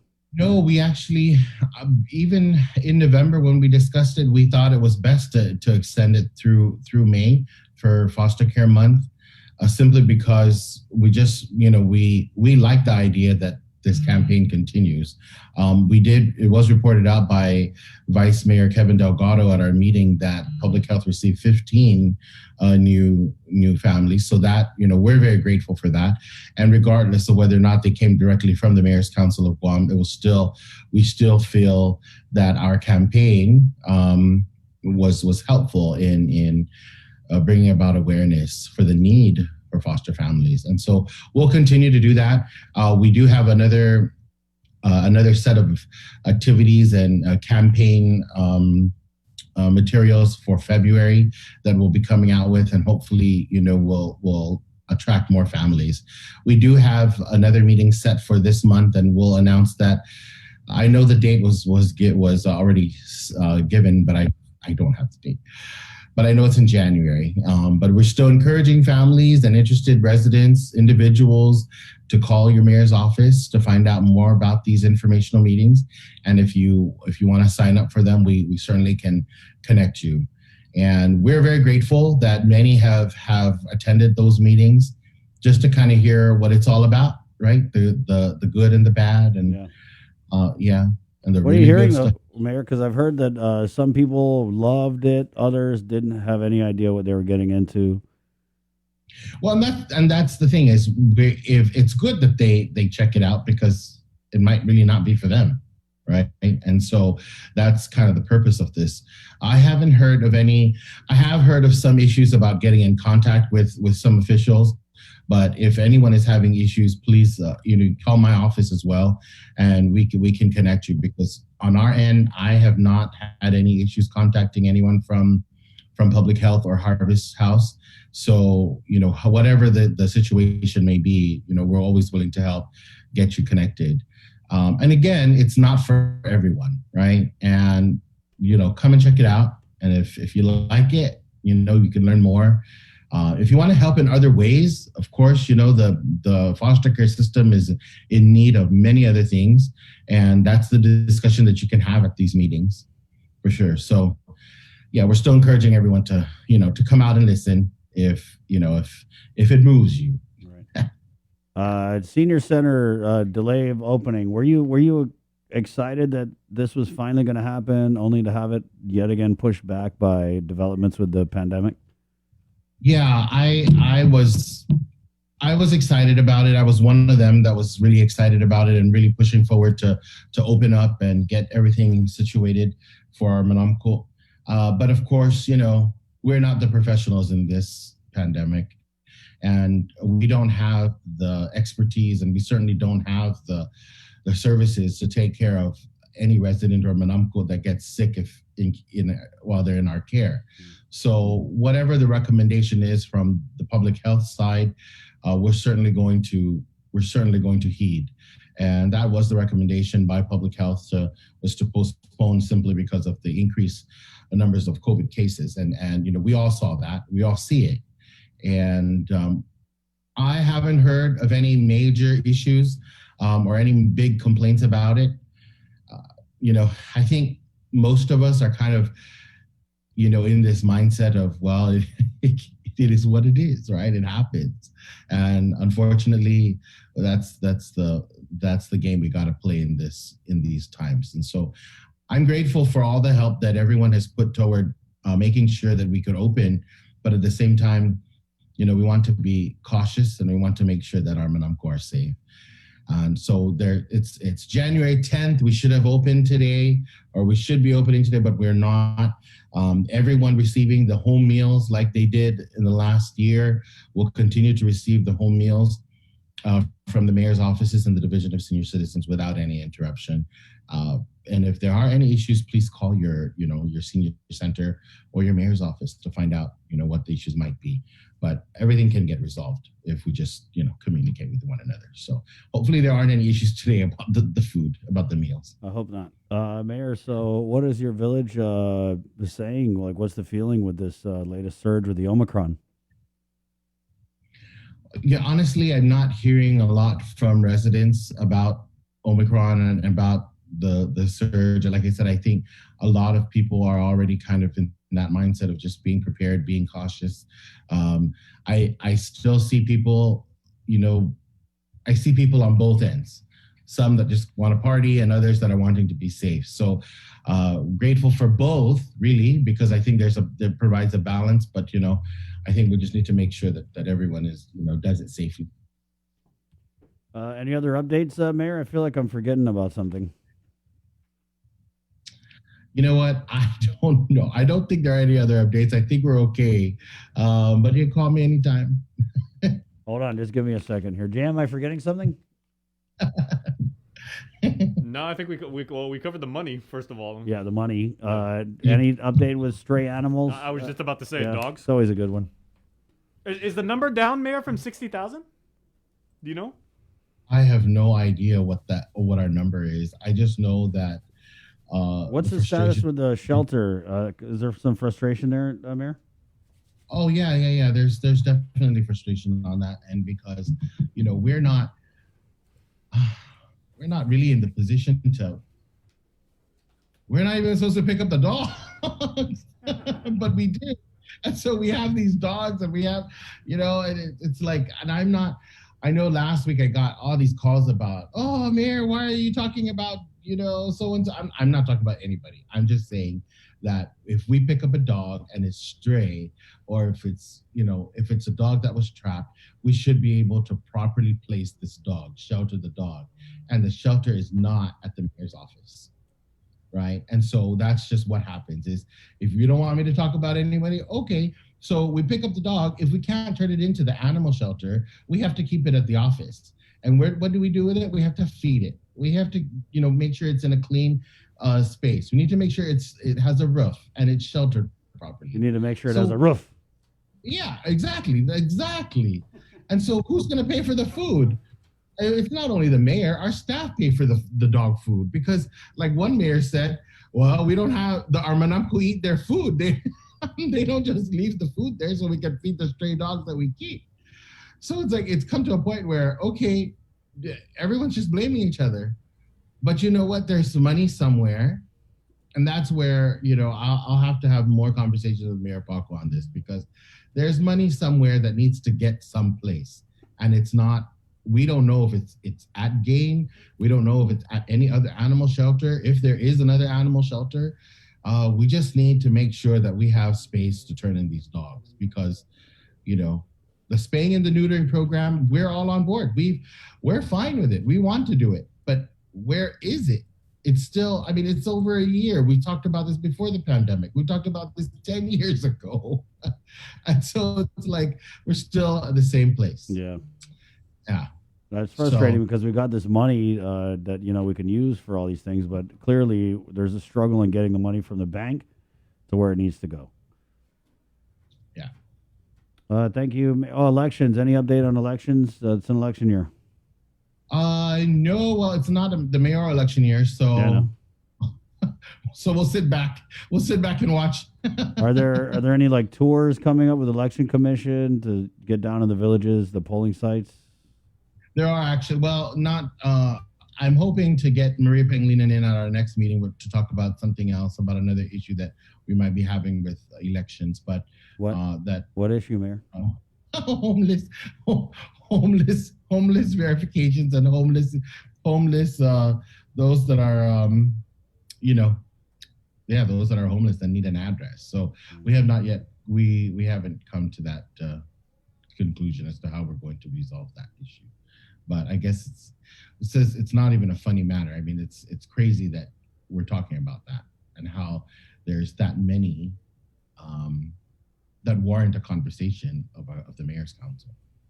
So yeah, that's something that we need to discuss. We did have something in our comments here. You should check the testing line at Tizen. There's a government vehicle in the line. Yeah. I don't know. Do we have a problem with that? They got to get tested. Maybe they had a close contact or something. What do you think of that, though, Mayor? Because it's appointment only now. Or they're doing limited drive up, but they're really trying to push this appointment process. How do you think that's going to go over with our people? I feel like they were used to just showing up to get tested. All I know is that public health's not going to turn anyone away. Right. So I'm going to keep it at that. Using government resources to get tested, of course, there's always two sides to the story, right? So we just need to figure out what's going on. Is it the best possible scenario? Of course not. It just looks bad, right? Optics. But again, there's two sides to every story. So I'm not sure what's going on that end. Are you hearing about a lot of positives in GovGuam agencies? I am. I'm hearing it, yes, but I don't know where. No. I just hear that they're GovGuam workers, but I don't know exactly what agency. Right, and I wonder how they're doing the reporting of that, because it kind of seems like it was something they would really report earlier in the pandemic, right? True. Yeah. True. Okay, Mayor. And have you heard about is the mayor of Jonia recovering well? Yeah. Oh yeah. Thanks, Jake. Yeah. Oh, he is. Yeah. Yep. Any other mayor's offices? Prayers for Mayor Bill, obviously. Any other mayor's offices closed down? No, not that I'm aware. Okay. And then, so any timeline on the Jonia mayor's office reopening? You know what? I think they're open. I believe they're going to be open. Hang on a moment. Yeah, because they came out with a new guidance. If you're a mayor who tests positive, you still have to work. Shame on you, Chris, for not knowing everything that's going on with your beloved village of Jotnya. I'm just kidding. The mayor's office is open. The mayor's office will be open today. Okay. Thank you, Mayor. Thank you, too. Have a good week. You too, sir. All right, Mayor Jesse Alec, the president of the Mayor's Council of Guam. There you go. Jotnya Mayor's office is open. So as far as you were saying, do we know of any GovGuam agencies, GovGuam staffers?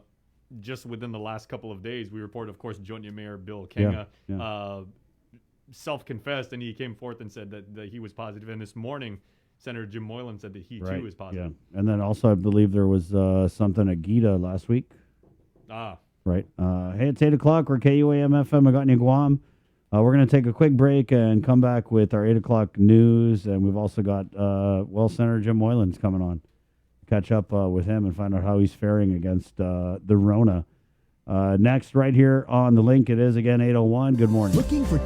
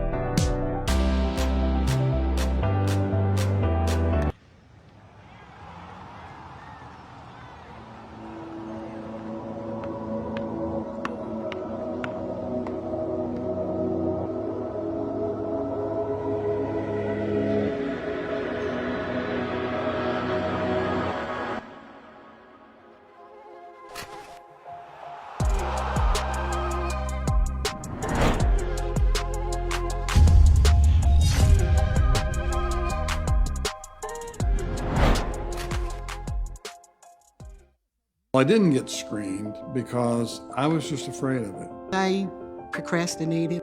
I didn't have any symptoms. I didn't have insurance. I didn't want to know. There were several services that was available to me. I got a mammogram. Colonoscopy. I know in my heart that early detection saved my life. And I just tell people all the time, please go get screened.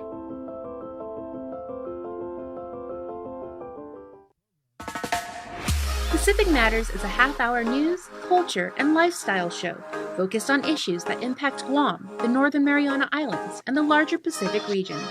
Join Tomas Magotnya every Monday to discuss politics, trends, and take a deep dive into the issues changing our island home, because what happens in the Pacific matters.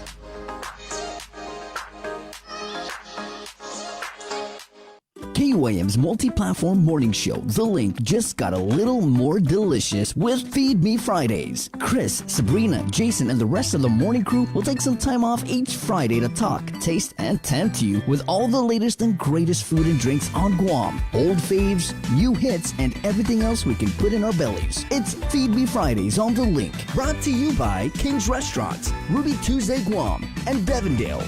Real milk from free grazing cows.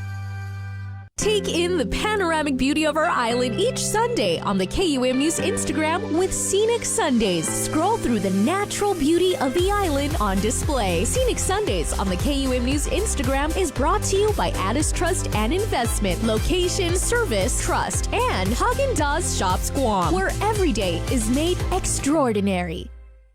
Let us know what's up on our KOM News WhatsApp tip line at 671-727-0094. Share information about what's happening in your town, on Guam or the Sinamai, and what you want us to know. Reach us on WhatsApp at 671-727-0094.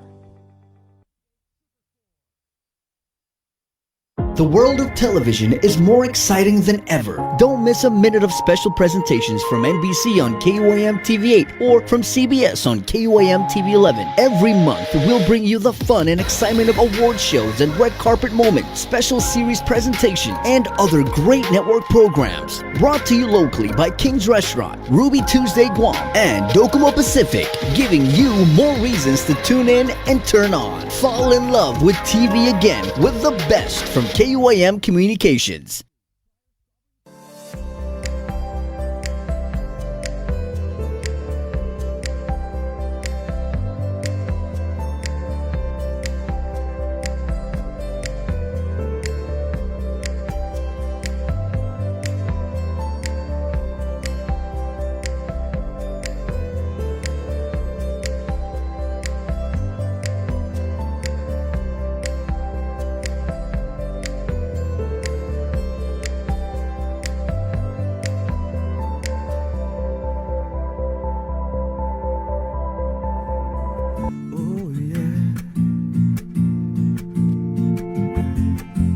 I wanted you to know that I love you so, but someone else is holding your body tonight. I wish you were mine, and I'll never let go. I won't give you up without a fight. Whoa, I need you so, my island woman.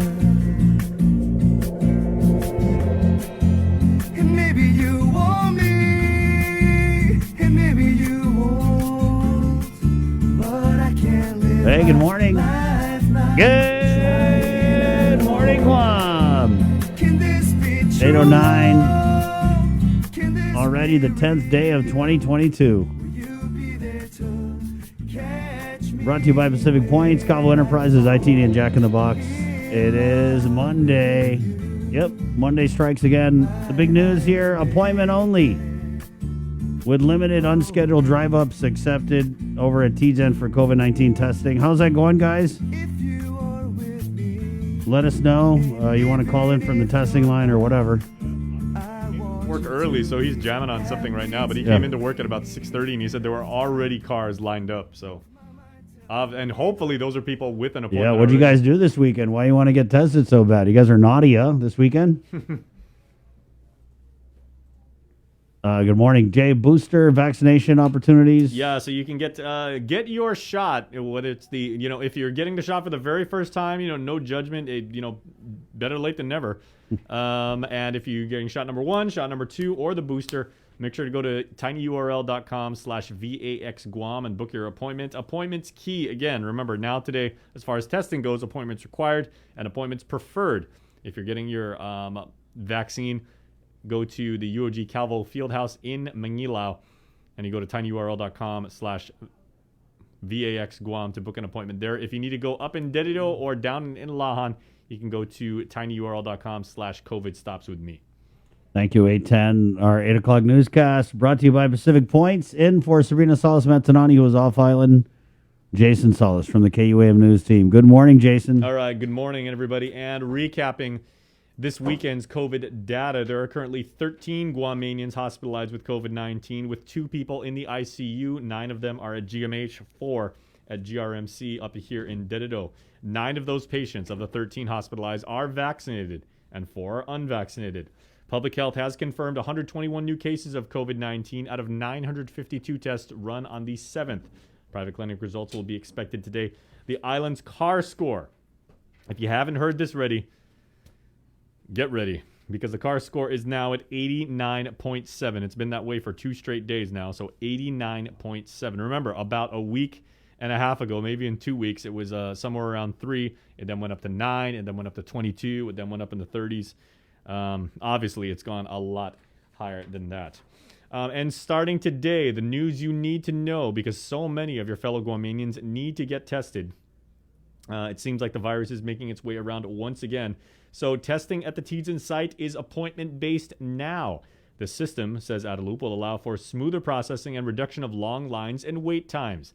The hours of operation have been extended to accommodate more people. So it used to be just 8 to 11. Now the hours of operation are 8 in the morning until 11 a.m. Then they take a break, and then 1 to 3. So the hours of operation have been extended by 2 hours. You need to have an appointment to go there. So go to tinyurl.com/COVID stops with me. If you are an unscheduled drive up, you will be accepted as supplies and time permit on a limited basis. So do the smart thing. Get online, make an appointment, and make sure that you can get your test. All right, let's get into the news now, as we are going to go to court for our first story this morning, of course, brought to you by Pacific Points.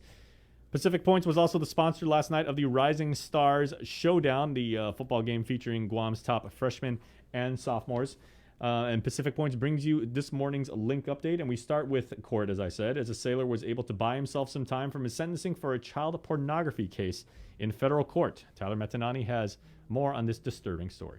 23-year-old Austin Dodge was involved in an online group chat where the price of admission was the trading of images and videos of child pornography. He was able to dodge prison at least until February. He tuned in via Zoom from Florida for his sentencing hearing on Friday through the District Court of Guam. The U.S. Navy sailor was stationed at Naval Base Guam in 2021 when he was caught exchanging child pornography, or CP, with 41 other people. He pleaded guilty in November 2021 to advertising material involving CP, and in turn was able to get the charges of distribution and possession dropped. He faces 78 to 98 months in prison. His attorney, William Gavris, is fighting for 60 months. Quote, "When I first got this case, I asked to be taken off of it." He continued saying, "It's not a matter of competence, but I just didn't want to see the videos," said Gavris. However, he explained how he was somewhat relieved when he realized the videos and images weren't as severe as other CP cases due to the ages of the victims being 10 to 17 years old and not younger.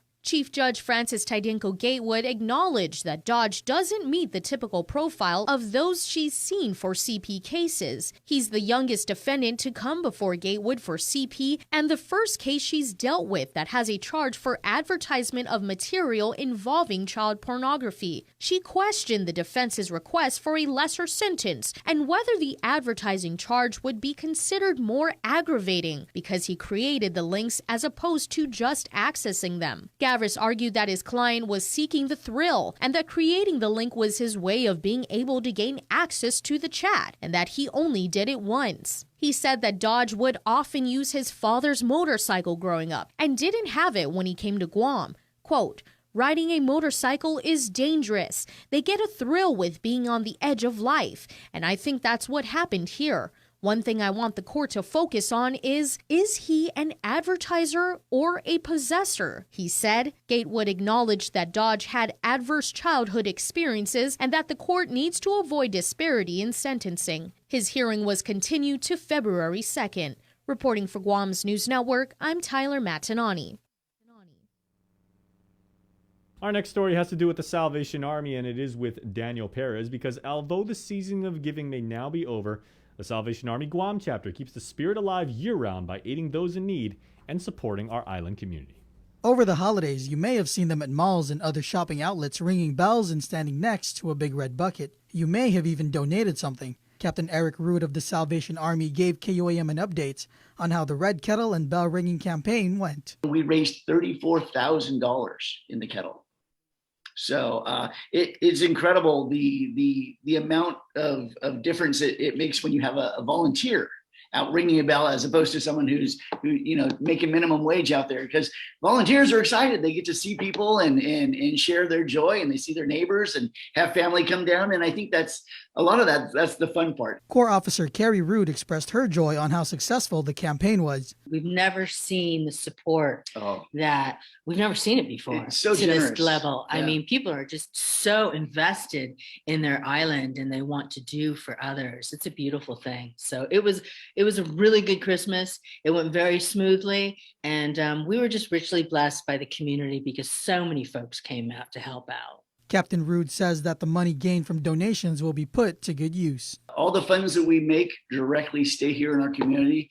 We are able to buy food for our food pantry, feminine items and children diapers and all the things that people need throughout the year. Captain Root added that the Salvation Army has a saying, "Need knows no season," and said that all donations will be used throughout the year to aid those families and individuals that are going through a tough time. Daniel Perez reporting for Guam's News Network.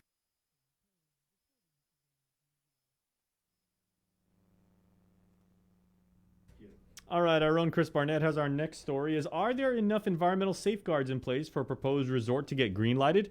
The Speaker of the Legislature said there had better be, or it could be a no-go for the Vista Del Mar project. 24 acres, 26 floors, 796 hotel rooms, 300 condo units, a 60-home subdivision, and a water park. All of that slated for construction as part of the $700 million Vista Del Mar project near the Two Lovers Point Dos Amantes planning zone.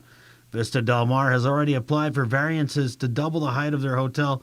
The project has received initial approval from the Tamuning Municipal Planning Council, but is currently trying to clear regulatory hurdles with the Hybrid Land Use Commission. Legislative Land Chair Speaker Therese Terlahi says GovGuam agencies have lodged their red flags on the record. If you look through the agency's concerns, a lot of them have concerns. Some of them said, stop the project, don't move forward because of these concerns. Some of them said, we have these concerns. So if you can address these concerns and, go ahead with the project. I'm looking very closely to see if you're going to put conditions on that is going to protect the environment, protect the concerns that have been raised, and whether we're going to be able to enforce those. And if not, then they should not be given approval for the project. Vista Del Mar, if approved, would be built north of Tumon in what was zoned a decade ago as the Dos Amantes planning zone, an effort to promote hotel and resort construction outside of Tumon. But Guam Visitors Bureau President Carl Gutierrez said he knows little of the project. Meanwhile, environmental action group Save Southern Guahan has lodged its opposition to the development, and Speaker Terlahi says environmental concerns might not be the only ones at play. She adds cultural and historical assets could be disturbed as well. I'm concerned, of course. I mean, every time we know that all these areas across the shores of Guam are potential burial sites, especially in Tumon. And we know, that there are ancient villages sites as well. A hearing before the Hybrid Land Use Commission for the project scheduled for December 23rd was postponed. This story is developing. For Guam's News Network, Chris Barnett reports. All right, and of course, we thank our friends at Pacific Points each and every day for bringing you the very latest link update stories. And of course, for the very latest Guam news headlines, make sure to go to KUM.com or our social media profiles at KUM News 24/7. Good report there, Chris, on what's happening in the central part of the island. Let's go to another central village right now. We head over to Chichen, and that is the home of, among other things, the National Weather Service, where Landon Aidlet is standing by and looking pretty dapper, and looks like you're feeling fine this morning, and I'm hoping that means the weather is in similar fashion. Yeah, the weather has definitely cleared up. Many of you know I was on leave last week, and I had a friend visiting from California, and of course, what was it last week? Cloudy, breezy, rainy much of the week. Ain't no sunshine when he's gone. It was definitely the driest day of the last week yesterday after my friend left, so That's unfortunate, but that's how it usually works in this region. And that's typical of the weather pattern this time of the year. We're going to be seeing a drier week ahead of us with a little bit of a shower uptick on Tuesday, but then probably another shear line event coming through this weekend. So it could be wetter and windier this weekend. And I'll talk about that shortly. But let me turn my camera around right quick and show you what we're looking at. It was a beautiful starry morning when I opened up my front door at 4 o'clock to walk outside. It looked like glitter in the sky, just beautiful black sky punctuated with stars everywhere. It's just phenomenal cloud-free sky this morning. We have a few clouds starting to drift by from the east this morning. Just a good solid trade wind flow out there. Nothing to speak of as far as any kind of weather interest out there. But looking out in the broader region, a few clusters of showers and thunderstorms near Yap, east of Palau, and then also near Chuk. And none of that's going to be a threat for us. Our next weather impact is going to be this little feature right here, just as a whiff of shallow clouds and moisture. That's going to be coming through on Tuesday with that uptick of showers on Tuesday. But then farther to our north, we have this next cold front pushing off of Japan now, somewhere near Iwo-to Island, or Iwo Jima, as many would know it. That's going to be pushing slowly southward as we come toward the end of the week, and that's going to be giving us that shear line. Once that transitions, loses its cold frontal characteristics, it will across the area as a shear line. And so this is what we're looking at right here. So the Marianas circled in white, and that cold front sitting well to our north and west, and that'll be dropping our way. So go ahead and cue up the slides, Jason, and let's get right on into the weather discussion. Gotcha. Certainly not a bad day out there. The seas and surf have been tapering dramatically since earlier, or last week, so to speak. Our risk of rip currents is down to moderate. We currently have no surf advisories or rip risks right now. The Guam fire danger has creeped up to high. That's despite all the rain we had last week. Even though it felt wet and rainy last week, the rainfall that accumulated in our gauges was very little. It just spread out over a very large period of time. Whereas in the wet season, you can see all of last week's rainfall, which was just under an inch. We could see that in a 15-minute period. So that's one of the changes between the dry season and the wet season. So for the week ahead, drier week ahead, wetter, breezier weekend. And across Micronesia, the surf advisories and small craft advisories remain in effect.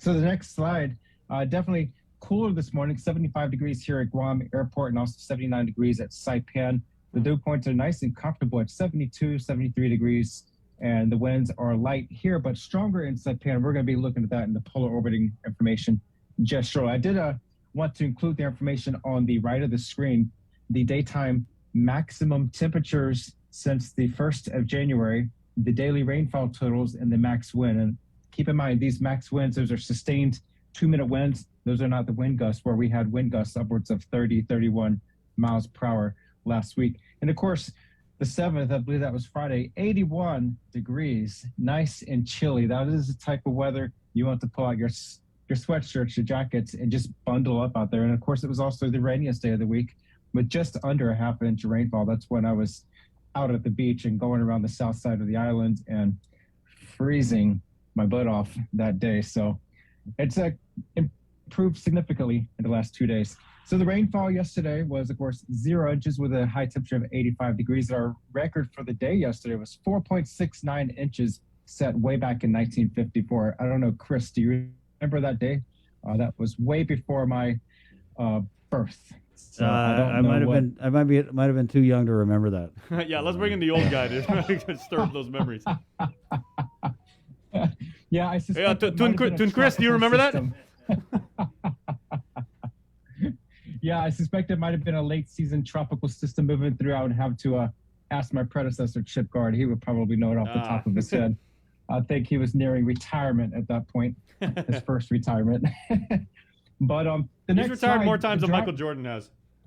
You know, Chip is a legendary figure, and I had the pleasure of having lunch with him last week to discuss a number of climate requests that are pouring in. So I keep him on a short leash, and we talk frequently all things weather and climate. So speaking of the climate pattern, the next slide shows a drought situation. Conditions have improved in Kapinga Maringi. That's the good news, is they are looking to be one of the wetter spots, at least in the next 10 to 15 days. But now the dry areas are emerging to be the northern Marshall Islands. That's typical for this time of the year. So that'll be our next hotspot for drought conditions, as well as creeping in across Guam and the CNMI, generally areas north of 10 degrees north latitude. The next slide, definitely no action in the tropics. The Joint Typhoon Warning Center currently monitoring no suspect areas in the region. That's the good news for us. Again, that's seasonal. The next slide showing the polar orbiting satellite, showing those wind speeds. The greens near Guam and the CNMI and to our east, those are 15 to 20 knot winds out on the open waters, with stronger winds farther to the east. Not so bad down south with those surface troughs. There's hashed red lines. Those are the surface troughs where the showers and thunderstorms are pretty much clustered close to, and that'll all keep south of 10 degrees north latitude for us. Out on the waters, the seas and surf have tapered considerably since where we were on January 6th and 7th. We hit a spike in seas and surf along the East Coast. We were near 11 feet combined seas coming in on the east on Friday. That has since tapered down. We're still running above forecast, which is that purple line. The observed is the green line. And we do have a spike coming up on January 16th. If you look at the far right end of that chart, that's going to be our next shear line. And again, this is the EPAN buoy, so it's exposed only to east and south swell. We're not seeing what's coming in from the north and the west. So easily we can expect combined seas to be above what is indicated here at the EPAN buoy. So combined seas for today, 6 to 8 feet, decreasing to about 4 to 6 feet by Wednesday. And that's when winds will subside just a little bit. We're going to be in a ridge midweek, and then that shear line is going to be making its way toward the weekend, bringing the winds and seas and surf up again in the coming weekend. So for the week ahead, today, mostly sunny, isolated light showers, not much to speak of, certainly not with accumulations. The surf will be highest on the east-facing reefs. That trade wind swell 6 to 8 feet, north 5 to 7 feet, moderate risk of rip currents. Midweek, we're going to be partly to mostly cloudy with a mix of isolated scattered showers, primarily on Tuesday as that surface trough pushes through, and then it's going to be drying up again for the end of the week. The weekend, mostly cloudy with scattered showers. There could be a slight chance of a thunderstorm if things develop enough with that shear line as it punches southward into our region. Otherwise, not too bad. We will have to watch out for the weekend winds.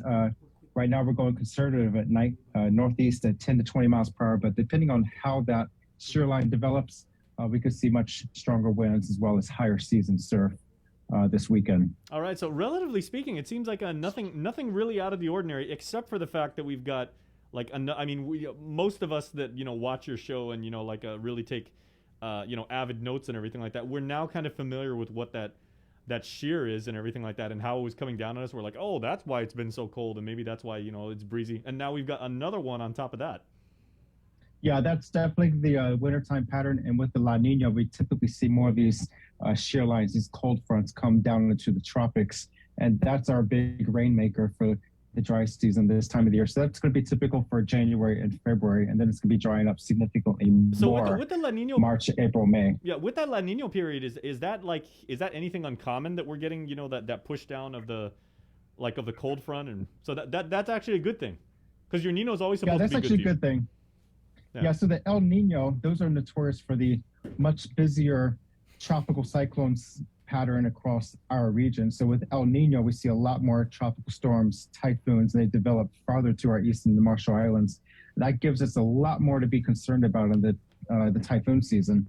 However, the following dry season tends to be much drier during the El Nino event. So we have a lot more drought conditions across the broader West Pacific region and a higher potential for wildfires. In the La Nina, it slows our tropical cyclone activity across the region, which is where we've been the last 2 years. We had a strong La Nina 2 years ago, and then 2021 was a neutral going back to a weak La Nina. And so that suppresses our tropical weather across the region, but it makes our dry seasons a little bit wetter to look forward to. Okay, Landon, I'm gonna ask you what I'm assuming is a meteorologist 101 question. Everything. Where did the names La Nino and La Nina come from? I mean, we've all heard them, going back, decades and everything like that. But what is the actual origin of those names? I believe it comes from Chile. I want to think it's Chile or another South American country. And what it means is the boy. And so I forget what the link with that terminology, but they noticed the farmers noticed that certain trends would occur with different water temperatures and conditions. And so let me research for that, and I'll have you the answer next week. Maybe this wasn't a 101 question. Obviously, your analysis of the La Nina and La Nina patterns is, like part of what you do. I just never knew what the genealogy of those names is and everything. But really interesting. Yeah, it all originates from South America, where they noticed that trend with the growing season of the agriculture. And I know you're talking to Brandon last week about agriculture. If you're interested, we might get my sister-in-law and her parents on KUAM one time and talk about planting and very crops. cool. We'll see. Dude, we would love that, man. Bring the whole family on it. We're doing the Lincoln Logs thing. We're doing planting. We're doing planting plants and everything like that. It's a family show. Family show, and I got my plants over here. That's about the only thing I can handle without all right killing off. So usually I have plastic plants, but these have been doing okay. Well, hopefully in a couple months you might have a more proper ficus for the officer and everything like that. But we can all hope. So hope so. All right, hey, we appreciate it as always, man. Have a wonderful Monday. You too. Thank you. Take care, my friend. All right, that's Landon Idler from the National Weather Service Work Week Weather Forecast, brought to you by our friends at Docomo Pacific, a company that is obviously keeping you in the loop and keeping you connected. And we appreciate Landon, twin brother Brandon, all our folks over there, including Issa, the newest member of Team NWS, as we were introduced to her last week. So they're doing good things over there, and they're keeping us informed. All right, let's get to our Culture Club segment now. Speaking of fun things involving the family, as we have a artist up in the CNMI. And for the Culture Club, we introduce you to Momoko Halstead. Culture Club, brought to you by Hanum, the freshest bottled water made in Guam. Hi, my name is Momoko Halstead. I am from Saipan, and that's where I have my workshop. I am a modernized jewelry maker. I use specifically spondylus in majority of my artwork, and I have been doing this over 3 years now. It was me going to a garage sale first. I just found a Dremel. I didn't know what it was for or what. I was like, oh, a Dremel. I just bought it.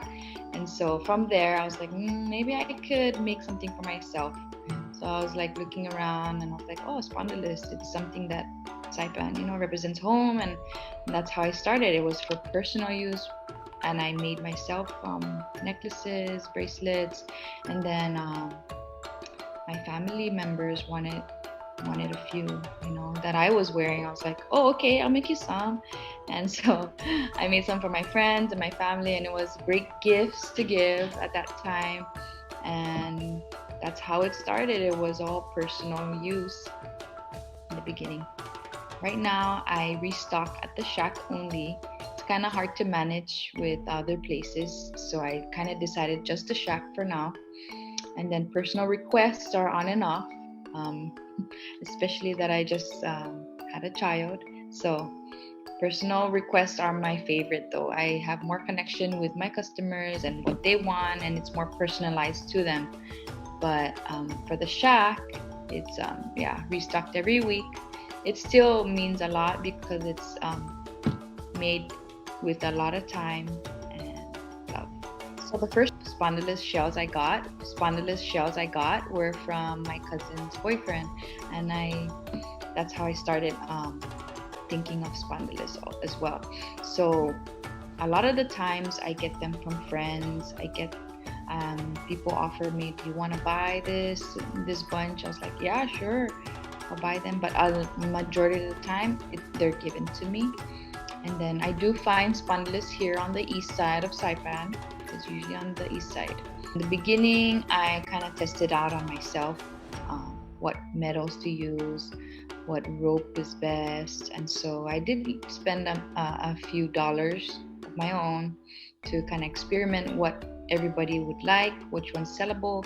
And so though I kind of realized the gold chains were really sellable.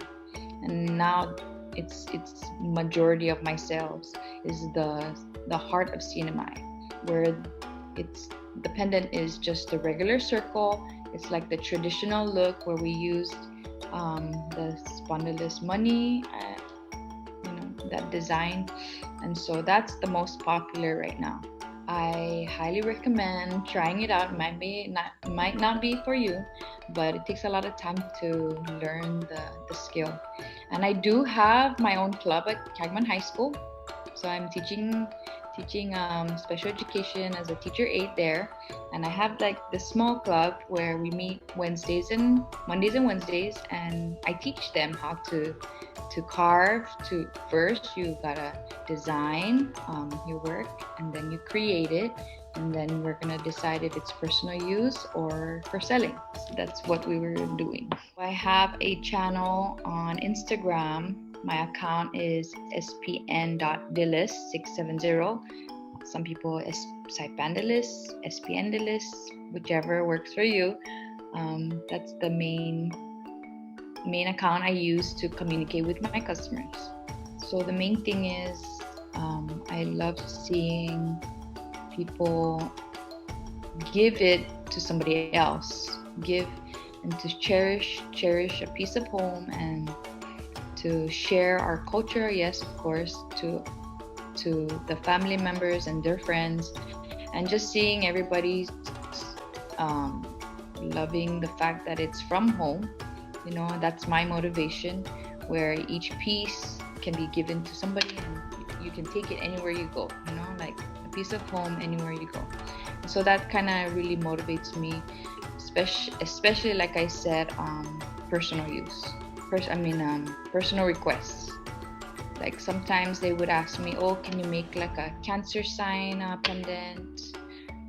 And so I would make it, My work has no timing. So let's say somebody orders something from me. I don't really usually give a time that it would be done, because I would like to work on it as much as with my 100% work, my love. And I guess it does take time. It's very time consuming, and so it could take months for an order, but people do wait. And I really appreciate everybody that has supported me, everybody that has helped me through all the years and gave me ideas, suggestions, and just even the Shack. They've supported me so much. I've started off with Mariners Creation, and even them, they've given me this platform, and so I really appreciate everybody, especially the other Spondylus artists out there. It's a real community that help each other with the artwork, and so I believe that anybody that's trying to do something should try it, and if you don't like it, just move on to the next, Culture Club, brought to you by Hanum, the freshest bottled water made in Guam. What do we do? All right, and real quick, we have Senator Jim Moylan, who, of course, announced very candidly this morning that he has tested positive for COVID-19. The senator will join us in just a moment to tell us how he's feeling and, more importantly, how he is recovering. But first, we want to get you up to speed on what's happening up in the CNMI. As Governor Ralph Torres says, no CNMI judge, current or former, is fit to hear his lawsuit against the legislative committee that held him in contempt. The governor and his team were absent from their weekly press briefing Friday morning, but his legal counsel Gil Burnbrake is firing back to claims made by Chair of the Judiciary and Governmental Operations Committee, Selena Babauta, saying that the governor did not seek a personal meeting with NMI Supreme Court Chief Justice Alexandro Castro. Burnbrake says one of Governor Ralph Torres' attorneys requested a conference to seek clarification on Castro's order to notify the clerk of any cause or reason on why former Judge Timothy Bellis should not preside. Bellis was appointed to hear the lawsuit, which challenges the legislature's subpoena that Torres was held in contempt for. All 5 Superior Court judges recused themselves from hearing the suit. And this morning, KUAM News obtained a copy of the 2-page letter delivered to the Superior Court on December 30, where Burnbrake and 2 other attorneys representing the governor wrote that Torres believes that no single CNMI judge, current or former, can be truly insulated from the highly partisan atmosphere. He says the case cries out for an appointment of an off-island judge. However, they acknowledge that Torres does not see any statutory grounds to disqualify Judge Bellis. In a separate interview, Delegate Kilili weighed in on the potential impeachment by the House next week. It is not my duty. It is the obligation, the duty of our legislators, and I will respect their decision one way or the other. I will respect it. It is sad, but I think it's necessary. In a battle of checks and balances, the fate of the governor hangs in the balance.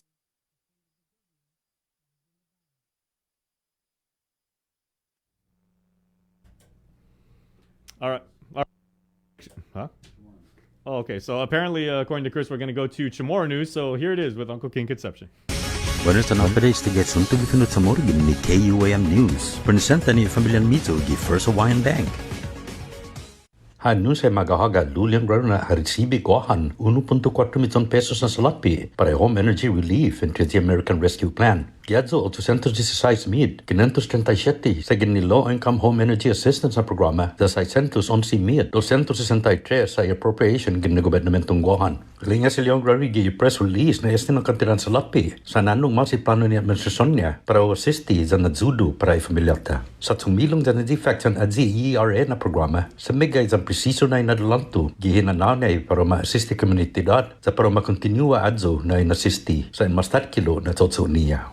Masasunto, masyaman descansa estudyante siya para 2 semanas sa pudi Christmas, siya Departamento ng Edukasyon, mana masa adelanto'y salud sa seguridad estudyante siya, may para mabira siya tatigi eskwela. Mamaningkargay GDOE ka na 500,000 pesos na balintrapat, siya sa lamasa siya, para maregla di timanulat na estudyante gi Hawaii gi eskwela siya, dan itadin na manay na siya para famagon niya, dan itimaatetan diya di sosyal na dinistansya. Si John Fernandez, si Superintendent ng Eskwelaang Publiko, sa asangan na esta di man maingkarga na artikulo siya sa manmatu, desta maregla esti siya gi sa ganiya gi eskwela di December na mes. Mas artikulo, report ni CNMI 37 nuevo na kausang COVID-19. Según ni Commonwealth Healthcare Corporation, giadso na numero 17 sa man may identifika in contact tracing, 11 sa ginites gini komunidad, so 9 sa ites sa pagpapambueta. Putodo para paguna dia, 14 man may hospital sa 465 sa man aktibo na kausa. Putodo disti matso na mes gi 2020 na sakpan, 3,598 na kausa, sa 3,307 wi sa man may report disti Oktubre na mes 2021 na sakpan. Ito na vaccination rate ay CNMI sa 96.7 in total populasyon ni man kwalifika para fan mabakuna. Iyot mo na asunto para pagmana Lunes gifinut sa moro gin ni KUAM News, según ni Rhoda Health Center, 2 na tao sa maninatin ni COVID-19. 4 na tao ni maniyo ni ST2 sa manmatest na negatibo resulto niya. Para magkontinuya contact tracing hasta que ma-identifika todo maniyo at gunigi idos para fan matest. Para Guam News Network, Gualsican Conception. Yasuto gifinut sa moro sa presenta sa ninafato ni Familian Mizo gi First Hawaiian Bank. Say hello to the First Hawaiian Bank mobile app. Want a better look at your spending? With Money Map, you can automatically create budgets and manage where your money is going. Know when you have a green light or when it's time to slow down. Maybe cook more meals at home this week. Set your goals, track your progress, and find your way to exactly where you want to be. With Money Map from the First Hawaiian Bank mobile app. It all starts with yes. Do you feel like you're missing out on something? Make life more rewarding with Pacific Points. Earn and redeem points for bill rebates and free load at IT&E, discounts on fuel at Shell, vouchers at Foodies, and United Mileage Plus miles. You can even pay with Pacific Points at IT&E, Shell, and Foodies. Pacific Points. Do more, get more. GU Self-Storage, conveniently located near the Harmon McDonald's. We offer affordable rates, online payments, and auto bill pay for your convenience. Plus gate access daily from 6 a.m. to 9 p.m. Call us today at 648-7867 for more information. Mariana's Irrigation and Landscape Superstore. Stop on by and visit our showroom today. We offer everyday low prices on all major outdoor power equipment like bush cutter, chainsaw, power washer, generators, and more. Need service, repair, maintenance? Well, check out Guam's best superstore only at Mariana's Irrigation and Landscape, located in Barragata along Army Drive between Submarina and Besta Market. Call 735-7446 for more information. Now shipping to surrounding islands. Mariana's Irrigation and Landscape Superstore. Get the job done the right way by getting the right stuff at East West Rental Center. With years of experience helping builders, we definitely got what you need. Call 646-1463 or visit us in Upper Tumon. Open Monday to Saturday from 7 a.m. to 5 p.m. and on Sundays from 8 a.m. to 5 p.m. The KUAM Podcast Network is back and on demand, featuring a great variety of podcasts from our island and region, including culture, lifestyle, awareness, crime, politics, commentary, comedy, and entertainment. Available on most streaming platforms. The KUAM Podcast Network. Subscribe and listen now.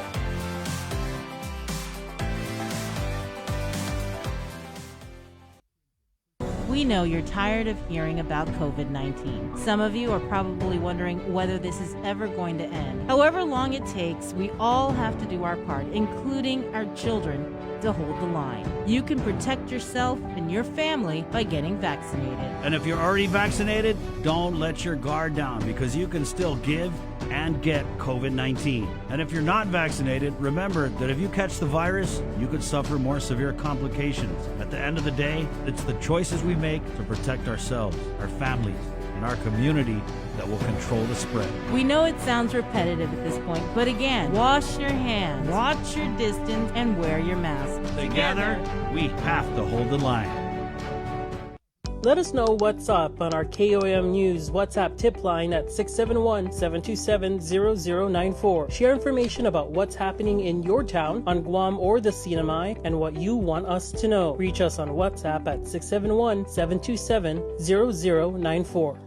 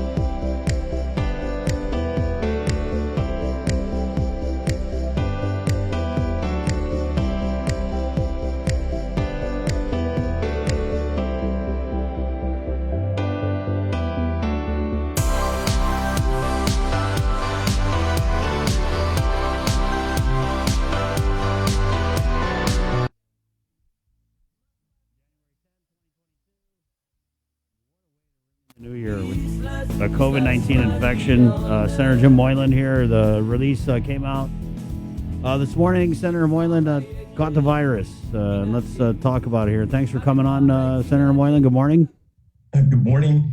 I'm working from home. I did catch the virus and put out the release just to promote getting tested, but also anybody that I came in contact with. I think that was the fastest way we can get people to know, just in case they have any signs as well, to go get tested. Right. So if you hung around with Senator Jim Moylan anytime in the last week, you gotta go check yourself. But it's by appointment only at the Tejan testing site, unless they're going to do it at their private clinic.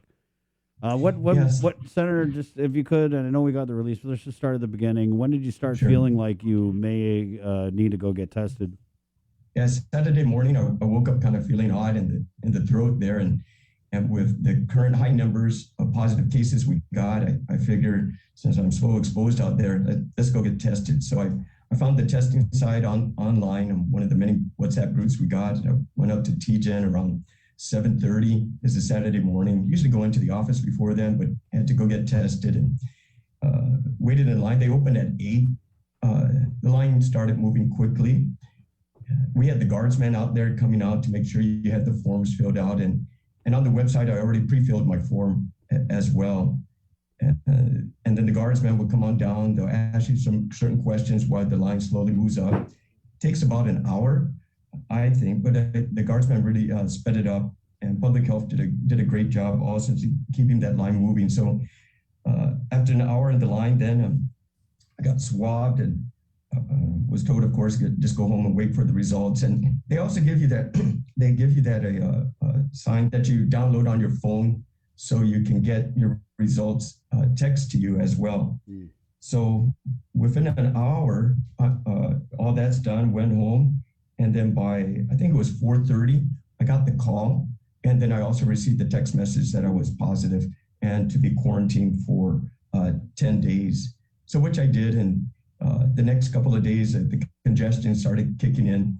But I'm just taking my over-the-counter medicine, some Tylenol, and hydrating. And I have had my vaccinations plus the booster shot as well. So hopefully maybe that's why my symptoms are workable for now. So I really encourage folks to go ahead and make sure if you want to do those shots, get your booster shots too. And if you're feeling something odd with what we have now, the high numbers, I'm glad I did. Oh my God! Oh my God! Oh my God! Unplug everything, guys. Unplug everything. Yeah. Unplug Joe, sir. Turn around. Face the wall. Yeah. But it's that morning, Saturday morning, I was going to go to a friend's funeral for his mother. And it's like, I just can't do this. I just got to get tested first. So I missed the service, but I'm glad I got tested. I just don't want to be a carrier. And I could have went to the office too. And I don't want to be a carrier as well. So it's just being precautious. Sure is. And were you surprised? Once you know, it's half the battle. That's Senator, right. were you? Wait, is this your first time catching COVID during the pandemic? Yes, it is. So did you feel like, God donuts, I made it this far? Yeah. Actually, I feel it was going to come. I just knew it eventually would come. But glad I got my booster shot, and this is what I'm feeling. It's manageable. I can work from home. We had the Zoom going. I can quarantine myself. So at least I don't have to go into the hospital. So I really promote the vaccination and just getting tested as well. So I knew it was eventually going to come, and hopefully this will be the first and the last time I get it. Can you tell us anything about when do you think you were exposed? I know you like to do happy hour. Do you think that was it, or was it somewhere other time or something? Yeah, with all the, there's several activities that we go to. There's a lot of people I do meet, even when you're going into the grocery store or doing your regular shopping, you end up talking to folks. Some folks, we do the fist pump, some we do the elbows, but some we just reach out and touch the hand. So it's hard to tell where I got it from. Again, that's why it's important for the vaccination, and this, at least it seems like a cold, and hopefully it doesn't get anything worse. Do you think that because of the mild symptoms that those who are vaccinated and boosted may get if they contract the Omicron variant, do you think that, and I don't know, what's your thought? Are people taking this surge serious, or are they kind of like, oh, it's Omicron? I think we should still keep it serious, because myself, I could be spreading it to somebody with some other issues that could make it a lot more difficult for them, and I don't want to be the one to do that. So even though some of us can handle it, that doesn't mean we should be out in the public and spreading it for those who are, the body strength isn't necessarily there and they have other issues that they had to work on. So I take it serious, if not for necessarily your person, but for those others, innocent folks that are just trying to get through their work day and buy their groceries and get back home to their families. So I really promote it. The TGen facility was really good at the old carnival grounds.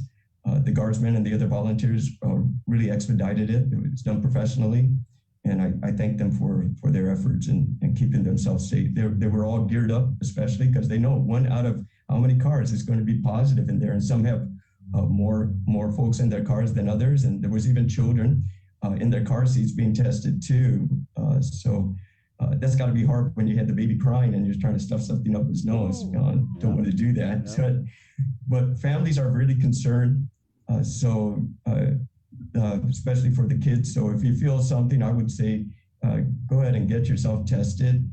especially if you're going to be around some kids and elderly adults.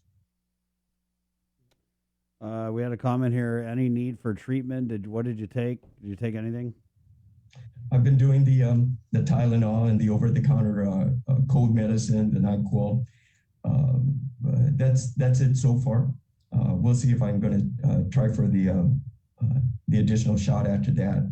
I'll be talking to my doctor and seeing how that goes. But right now, just fluid up, right, and make sure you eat your meals and get the rest. And then, so they did come out with a new guidance on isolation. And this is kind of interesting because it's not often you get a senator who tests positive. But what kind of conversation, if any, did you have with public health when you did test positive? Did they say, okay, what's your status? You got the boost. Well, this is what you do. How long you isolate, yada, yada, yada. Yeah, the only question is regarding the CDC guidelines, moving it from 10 days to 5 days. As of now, Governor Guam is still within the 10-day situation for isolation. And that was our discussion. If it does change to the 5 days, but at this point, we're still 10 days isolation, so I'm just following what they recommended at this point. But no, and we have fortunate on Guam, I hope for everybody that if you need something, there's many people that are helping to want to pick you up something at the store, and they can drop it in front of your door, right? Or leave it on top of my car. I'll be down.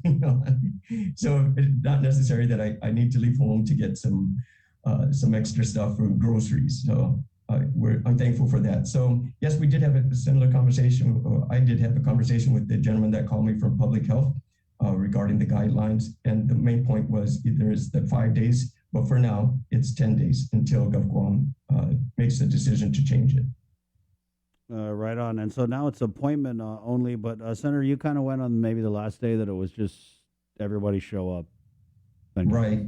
Yes, I got there around maybe 7:45. The line, when I asked the guardsman coming down with his golf cart, what number am I? He said, you're probably 200. Wow. So I said, okay. But that's because it doesn't open until 8 o'clock. I'm glad I didn't have to make an appointment. I think it's going to be challenging to make that appointment, especially for folks that don't get the word that you needed to make the appointment. I just hate to see them go in the back of the line if they didn't have the appointment and they move up. It's going to be a challenge, right? And I don't want the folks to get upset at the guardsmen trying to just do their job based on the appointment schedule. Hopefully they can just take the walk-ins. But what I was told on that Saturday is like everybody will get tested and the line stops at 11 o'clock, the last one in that line. If you're in the line before 11, you'll get tested. That was as of Saturday. Okay. But the appointment I can understand. It's just getting that word out will be difficult. I think there's other places too that offer this. I know Naval Hospital, if you have an ID, you can go on Naval Hospital. I heard the Guam Cancer Institute also has testing available too. I understand that one's free, but I haven't heard it directly. This is just what I'm being told from other friends that have been tested there too. So hopefully there's other places they can go to if they miss the appointment time schedule.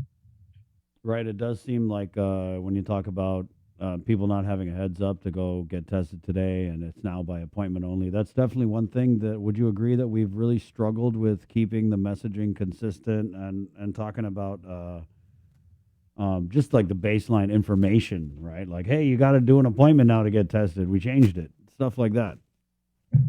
Oh, definitely. Right. And I think if we're going to use some media, radio media, that should be out there as well. I know the Adelup makes a lot of commercials, and I see it on my on my WhatsApp also too. When I'm scrolling through, the thing should be the testing scheduling as well. And if you're going to have one site for scheduling, that's fine. And it could be a manpower issue, but you should also have a site for walk-ins too. If you're working and you have to schedule it based on your work schedule, that makes it good. That's pretty good. But if you're just getting a ride from a friend at their convenience, you should be able to be given a spot where here we accept walk-ins on this side. It may take you a little longer, but we're going to accept your walk-ins on this side. I think there's other private companies that are starting up also. They have some grants from the federal government to do testings as well. So when more information comes out about that, I hope they can get on the air and talk to you about it too. we need more testing to be done. So if people are positive, like myself, then we can quarantine, take care of our health, and not get others infected. Right, especially when you've got this variant where it does seem like people are getting less severe symptoms, especially if they're vaccinated and boosted. You want them to know, and you want to make it easy. That's what I feel like. I feel like we need to just be making everything easier to do. Yes. Yeah, and 7 days a week. If we have $500 million in the bank for this, I'm sure we don't have to ask the Treasury for additional guidance if we can open up more testing sites. So the power is in knowing what you got, right? And this is a good example for myself, especially, to realize that, so I didn't infect other people. The more testing sites we have, the more hours, 7 days a week at the malls as well. Let's get it done. Let's get the whole island tested as much as possible here. We have it available. We had to pump more resources to have more manpower, then so be it. We have a lot of money to do that, and I think that could help us out recover quicker. Right on, Senator. Well, we hope you do recover quicker, and let us know if you want Jason to drop you off a pot of kuddu. There you go. Okay. Yeah, I don't know if you ever tried his kuddu. I'm sure it's going to be delicious, and that's the best thing. Local soup, local soup, whether chicken kuddu, pork kuddu. Yeah, I didn't see that on the beef. guidance. Where's that? They didn't put that on eating a lot of kuddu, guys. No, Senator, what he refers to as my kuddu is basically like a chicken noodle soup and Sprite. That works. The carbonation helps. I remember at the old hospital, they always serve you 7-Up. I don't know why, but that really was nice to get. All right. Thank you, Senator. All right, thank you very much. Thanks for that G.I. Joe reference too, Senator, in your release. That was good. Yeah, I'm a prior soldier, so knowing is half the battle. That's it. There you go. Thank you. Right. There you go. Senator Jim Moylan recovering from COVID. He caught the Rona, guys, but it looks like it's the less severe brand because he has his booster and his vaccination. There you go. And his, what he was saying was, go get the booster, go get the vaccination, go get tested. Make an appointment. Jake, can we get that testing info again real quick before we go to break? Absolutely. Testing available today through Saturday. The expanded hours are now 8 in the morning until 11 in the morning and 1 to 3. So they have been expanded by 2 hours. The catch, and there is one to a slight degree, you need to have an appointment. So make sure to go to tinyurl.com/COVID-stops-with-me. Travel-related testing will not be offered in Tizen. If you need to get that, I believe you can go to the public health center, right? No, that's your private clinic. You got to go to your private clinic then. Yeah. $200 or something. Basically, you can afford to travel. You can afford to pay for the COVID test. Yeah. So once again, tinyurl.com/COVID-stops-with-me. You need to have an appointment if you're getting tested today. But like the senator said, his own experience and starting today, the process has been streamlined. It's going to flow much smoother. Hopefully, get you in. Is it? No, let us know if you're down there in line in Tizen. Because it's election year. Everything is going to be historic and flowing smooth unless you check on it. It's 9:03. We're going to take a really quick break, and we're coming back with Jason Solis. Yep, my Solis fans. He's got a great interview coming up here with UOG and the Senator for Island Sustainability. The G3, they've got the new Conservation Corps coming up. And then we've also got, guys, if you're planning on enrolling here, University of Guam's got a great webinar on college affordability. Yep. 9:04. So quick break and back with more of The Link next. Good morning.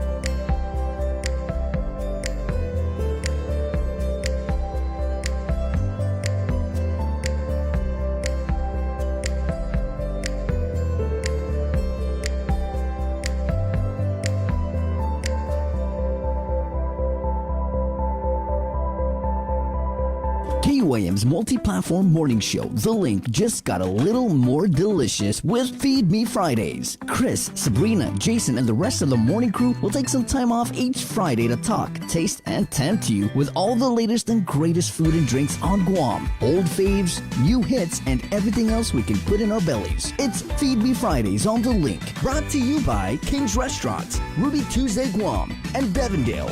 Real milk from free grazing cows. This season, KUAM Communications is ready to go with more games, more championships, and more sports specials guaranteed to bring out the fan in you. Don't miss a minute of gameplay from NBC on KUAM TV8 or from CBS on KUAM TV11. We're bringing you all the action and excitement brought to you locally by Marianas Irrigation and Landscape and Docomo Pacific. Say hello to the First Hawaiian Bank mobile app, where you get smart insights into your finances so you can make smart decisions with your money. With a daily personalized feed, you can compare your monthly income to spending. That's better. Discover where your money is actually going. You might be surprised. See what's essential and what isn't. The more you use the app, the smarter it gets. With insights from the First Hawaiian Bank mobile app, it all starts with yes.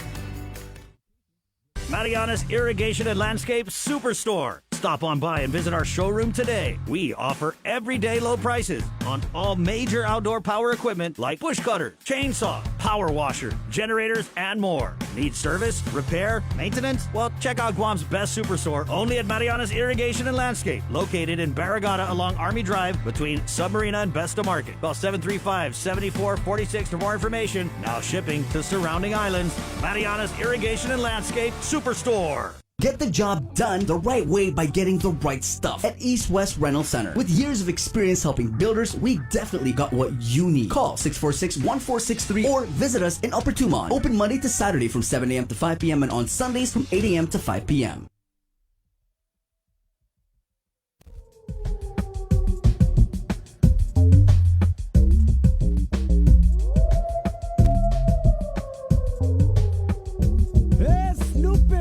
How you doing, man? I saw you with a girl last night. She was fun. Well, there's only one question I want to ask you, dog. Did you get her? Oh, come on, man.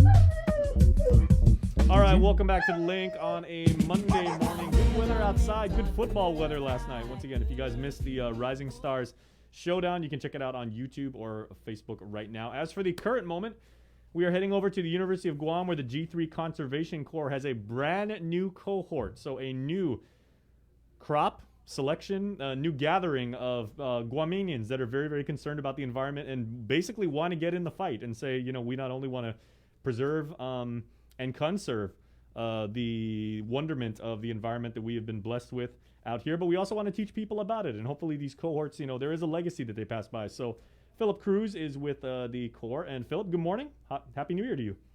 Happy New Year and good morning, guys. All right. So with this new cohort, how what cohort is this? Like how many cohorts have we been through to this point?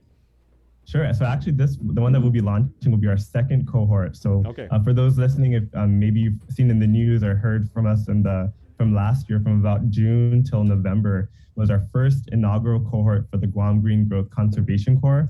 And with this program, we recruit 12 members from the community who go through a 5-month program of five different themes around sustainability in Guam. So we partner with different agencies, with different companies and experts in the field in different industries in Guam, and they get lessons on sustainability, and then they do activities to train them on these lessons. So it's basically a workforce development program to try to grow, prepare Guam's workforce for the new green economy, which is basically a more sustainable approach in the economy. And I was going to say, so the 12 lucky young men and women that are ultimately selected to be part of that cohort, not to put any pressure on them, but I would say based on the progress and the success that the first cohort had, they've got some pretty big shoes to fill. So I mean, there is that legacy and what's now a tradition.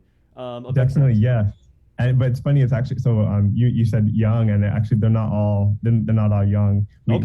Our youngest was 18, but the oldest member was in her 50s. So we had a really nice, diverse group in the first cohort we hope to have that similar diversity for the second cohort. I think it's really great for their interactions. We really did, it was really interesting to see them interact and talking about sustainability and what it means to them and what they envision for Guam in the future, what sustainable practices they personally take. And so we're hoping to get another really cool, diverse group like that. Very cool. Because I know, and what we've been able to learn from you guys in your very fine work is obviously, if you have the passion and if it is part of your character, as a proper Guamanian, to care about this wonderful environment and everything like that, it's not just a trendy thing. It's not a side hustle. It's not, let me work on this for a semester, to go get some credits and everything. I mean, this is who you are. If you have the love, I mean, that love doesn't, just stop when you hit, age 26 or, you go from millennial to Gen X or Gen Z or Boom or whatever like that. You carry this every single day of your life. Yeah, definitely. And it's funny when we're looking for members to recruit, you would think we would want people who are passionate about sustainability, but we found that a few of our members in the last cohort, sustainability wasn't something they were particularly passionate about, but they through the program they really started to appreciate sustainability more and started to adopt sustainable practices, and I think that's really interesting too, to bring people in who they really want to do honest and good work, but along the process we were able to really inspire them to be stewards of the environment. Now, we've seen so much with sustainability. Our friend Dr. Austin Shelton has done absolutely amazing work, for getting the word out and for getting people, on board with this and everything. But we're still kind of admittedly like in the early days of this. And how much of the work for this cohort is not only, collaborating with each other and, continuing the work that the first cohort had, but also going out into the community and, and spreading the word and kind of like evangelizing why sustainability is important. Yeah, we had some outreach in the first cohort that we were able to have towards the end of the program when restrictions started lifting up a little bit more. So we're hoping that with this new cohort, which we're hoping to run from March through August, hopefully restrictions will ease up a little bit more, and we're able to do more community outreach and engage with the community more than we were able to last time. Mm-hmm. So what are the criteria? Like if people are kind of, their interest is peaked right now and they're like, I've always had a burning desire to help and everything like that. I would really like to link up with people who believe what I believe, and I would like to take my game to the next level and everything. If they want to be part of the cohort, what are some of the parameters that they have to meet? So, it's actually really, we really don't ask for too much. It's not like getting into the Navy SEALs or trying to break into Harvard and everything like that. You just have to legit love Guam. So, but it's funny though, because it is, if you were to fill out the application, it's pretty, almost anyone can fill it out. And as long as you're 18 and above and you're a U.S. citizen, we did get a huge pool of applicants last time. We had over 250 applicants for the first cohort. Wow. And we had to narrow it down to 50 to interview. And then from the 50, we only selected 12. So we're hoping that we also get a big pool this time, a big pool of applicants. And we really are looking for individuals who we really think will benefit from this workforce development program, because the ultimate goal is to, at the end of the program, we really would like for these individuals to get jobs in the green economy, whether it's with, Department of Agriculture, or to work through the, renewable energy and conservation themes, maybe get a job with a solar provider in Guam. So our main goal is really to get people who we think would really benefit from this program, and from before the program and towards the end, we want them to be able to find some type of job or some internship, go back to school, whatever it may be. Mm-hmm. Now, that's interesting how you had such an overwhelming turnout of applicants the next time. So I guess for people listening, if they were part of that first application group, will they automatically be considered for inclusion into the second cohort, or should they apply again? Yeah, so we thought about that, and we're thinking, do we want to, but we decided, if these individuals, because so many months has passed and we don't know if they've already secured jobs or got, went back to school or whatnot. So we will be requiring them to apply again if they're interested. Okay. And again, if this is part of, your being and everything like that, and you really love this, applying again is no big thing. Right. It should. But I'm sure, Phil, you got to admit, when you had 200 applicants that you had to pare down to 50 and then pare down to 12 and everything like that, there's probably a lot of people. It's like, man, I wish I was part of that. Yeah, that was really tough. Especially choosing only 12, and you feel like, man, you feel like so many of them would benefit, but unfortunately, with our budget constraints and our capacity constraints, we're not able to take all the individuals that we feel like would be qualified. Mm-hmm. So what kind of work and what's like the average day of being part of this cohort? Throughout the term of their involvement and everything like that. What is it like, and what kind of work will they do? So it varies from week to week. So we have 6 themes that they will be undergoing training, education, and activities for. And those 6 themes are, it's a lot: agriculture and aquaculture, circular economy and zero waste, ocean conservation, invasive species management, energy conservation and renewable energy, and island beautification. So it's quite it's a lot of different activities that they'll have to, a lot of things that they'll have to absorb. And they do everything. You're not asking people to kind of separate into buckets and specialize. No, they all 12 will go through all of these activities together over the 5-month program. And but the one thing that does stay consistent is our Friday. I think we're going to stick to it. So last cohort, every Friday we did a village cleanup, and we went around to all 19 villages. Some of them we even repeated a few times. But we plan to do that again this cohort, to do a Friday cleanup, and it might change. We haven't really solidified that's exactly how we're going to do it, but that's the plan. Mm-hmm. And so at least they'll know every Friday it will be a cleanup at a different village, which I thought that was so fun, going to meeting the mayors and the people in the village who came out and supported and volunteered, and going to the different villages that I don't visit often at all, especially the ones in the south. I thought that was really cool. Oh, very cool. Yeah, and you've spent the majority of your life you're a resident of Central Guam and everything, so you have a really good pulse of you said you're originally from Talampago and you live in Tamuning and everything Yes. What is kind of is there really an attitudinal or structural difference and everything between Northern Guam, Central Guam, and Southern Guam when it comes to I would say it's a different vibe. Like going to the different villages, like being in the south versus central versus north, it's a almost like a different, not way of life, but it feels like a different way of life in each of the different villages. Mm-hmm. So that's very interesting for such a small island. You would think that we all have the same culture and the same way of life, but it really does feel different in each village. That does actually present for some challenges, and I would say that probably makes it really, really cool to study too, because you're you can just drive 10 miles down the road and you have a complete, like you said, a completely different vibe, different approach, different way of looking at the environment. Definitely, and interacting with the community members is really interesting. Hearing, what because we're doing cleanup, so it's usually the issues about trash and waste disposal and illegal dumping and littering, and hearing the different problems that each of the villages have. One thing is common though is that in every village, waste is an issue, whether it's an issue with residential waste pickup or littering, illegal dumping. That's something that's pretty present in almost every village. Okay. Now, because this is a university, connected program, it's obviously a program is only good if it continues to evolve, and you do a lot of self-assessment. So what was some of the feedback, if you don't mind sharing, from the first cohort about what they took away from it, maybe things that you could possibly maybe do better, or what was the general vibe again? We'll use that word. So we definitely conducted exit surveys with all of the members. It wasn't conducted by me. It was conducted by our communications director, Kyle Manapat. Sure. And so he was able to conduct the exit surveys, and then he presented the results to the team anonymously. So we didn't know who said what about what worked and what didn't work, but we found that they really felt, it was very rewarding. It was a really rewarding experience to be able to work with all of these different GovGuam agencies and nonprofits and private companies who are experts in these fields, and to teach them a lot of the skills and knowledge in a lot of areas that they've never learned about.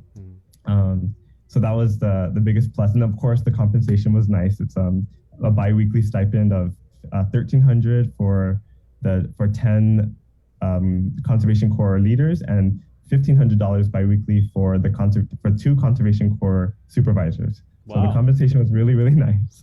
That's good money too, man. Yes. Yeah, so we're, we with that, we really want to recruit people who really could benefit from this program, and also to help, with the pandemic and those who maybe lost their jobs and whatnot, we wanted to help these individuals out, and then definitely at the end of the program, help get them a job or some type of internship. Sure.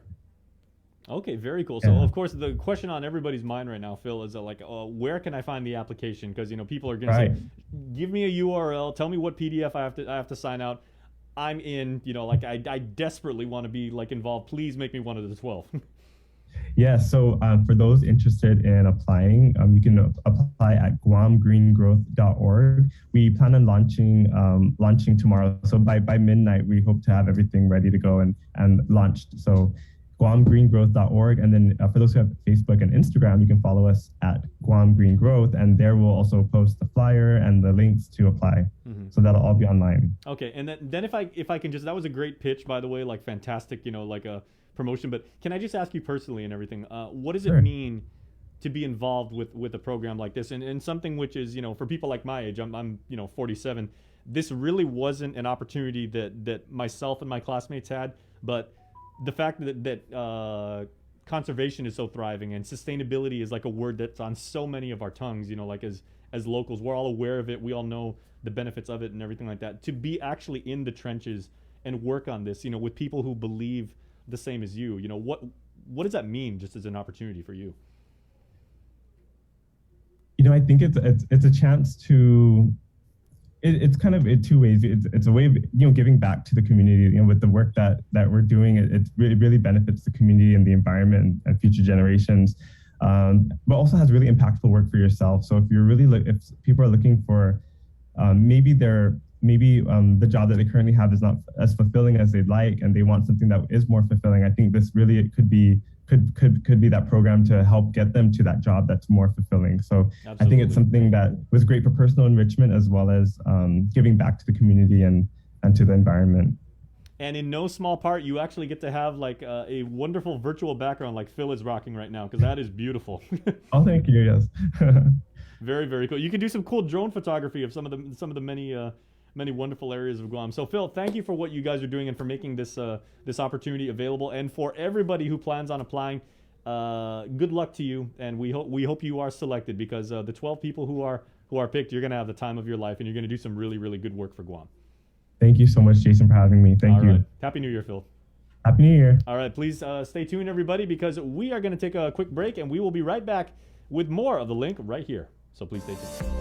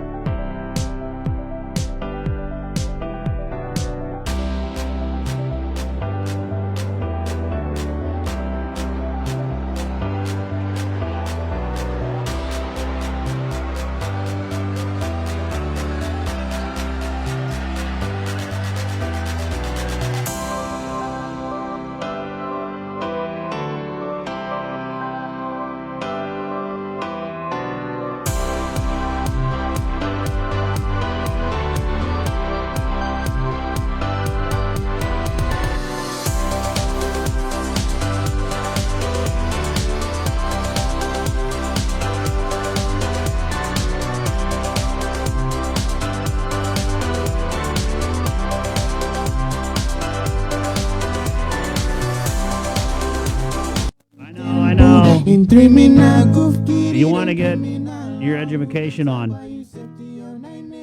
You want to be learned, like Jason says. But maybe you're thinking, I can't afford it. It's just too much money. Well, it's a great investment. And the University of Guam is coming up to tell you how you could shave a couple bucks off. It's called a college affordability webinar, and it's a thing that they're doing that we're going to tell you about coming up here, 9:26. But first, Tomas Maglotnia of, he's of KUAM News, but he covers regional. Where are you going to say at work? Regional Yes. issues. Tomas, Good morning, everyone. Good morning. Before you get into your thing, I wanted to say that was pretty cool about that kid. He's a Guam kid. First solo flight. Amazing. Yes. We just posted it on our social media. I was chatting with his dad this morning. Wonderful story. 16-year-old Lawrence C. Limtiago flies solo from Guam to Saipan. He's doing this as a part of his private pilot license. He did the flight on Sunday. Went after visiting Saipan, went to Rota, then back to Guam, landed around 12:14. He's going to do another flight this weekend, and we might be there to see it and bring it to you all. And just what an amazing, that's cool. What an amazing talent. That is awesome. Yeah. And he's 16 years old, but it makes me think of that show, Little Big Shots, It's kind of like a lot of people commenting that he's, he's probably one of the coolest people around. That is awesome. Yeah. And, I know the flights are crowded, so maybe he could be doing like a charter service, to help out a little bit. They're still testing on arrival on Saipan from Maybe we could get him, if you get to go on a flight with him, but you get him to bring back a load of a piggy and the blueberry. That's how he's going to get his license. Yeah, so I think, I can't wait. And we were able to get a photo of him. Is this on? This is on. It's on our Instagram. What's with the uniform? Because I was like, whoa, is he 16? He's already enlisted? He's in JROTC. He's a motocross racer, also an assistant commander of the NJROTC. Can you give it to Joe, sir, so he can show it? Great, yeah.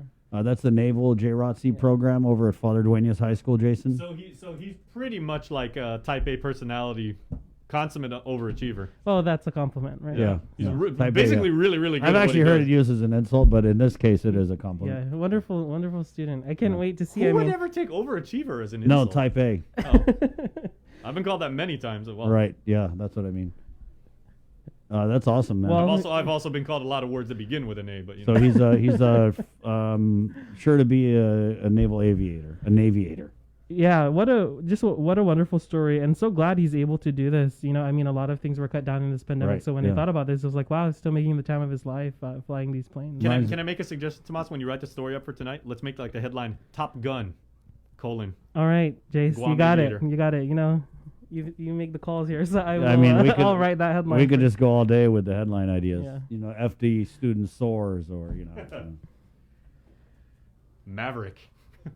He may have did it solo, but there's a lot of people he wants to thank. Anyway, so Tomas Maglotnia, Regional News. That was just kind of like the feel-good, fluffy thing, but there's a whole lot of others going on, including, sadly, Luta's first COVID cases. Yes, and so for the first time ever in the course of this pandemic, Rota reported on Friday its first COVID-19 cases, and this morning we just received news of 2 more positive cases.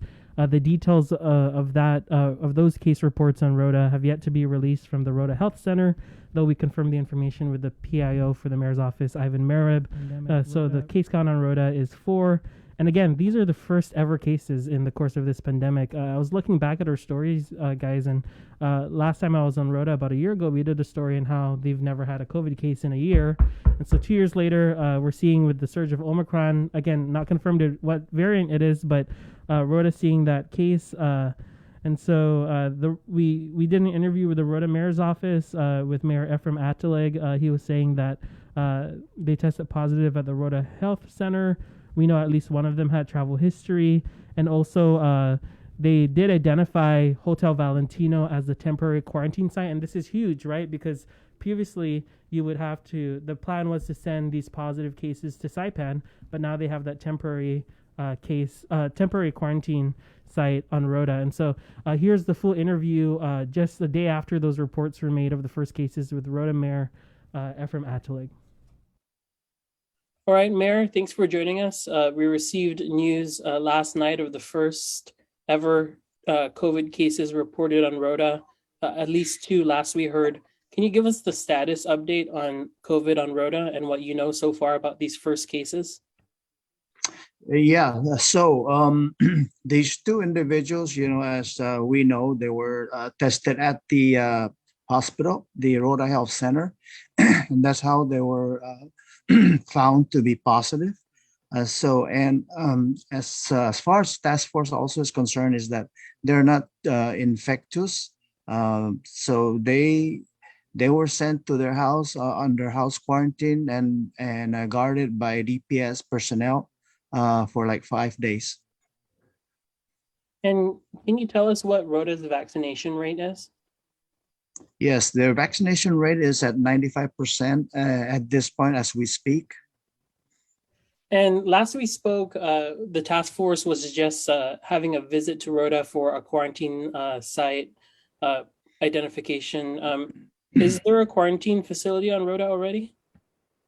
Yes, they have identified the Hotel Valentino as a temporary quarantine site.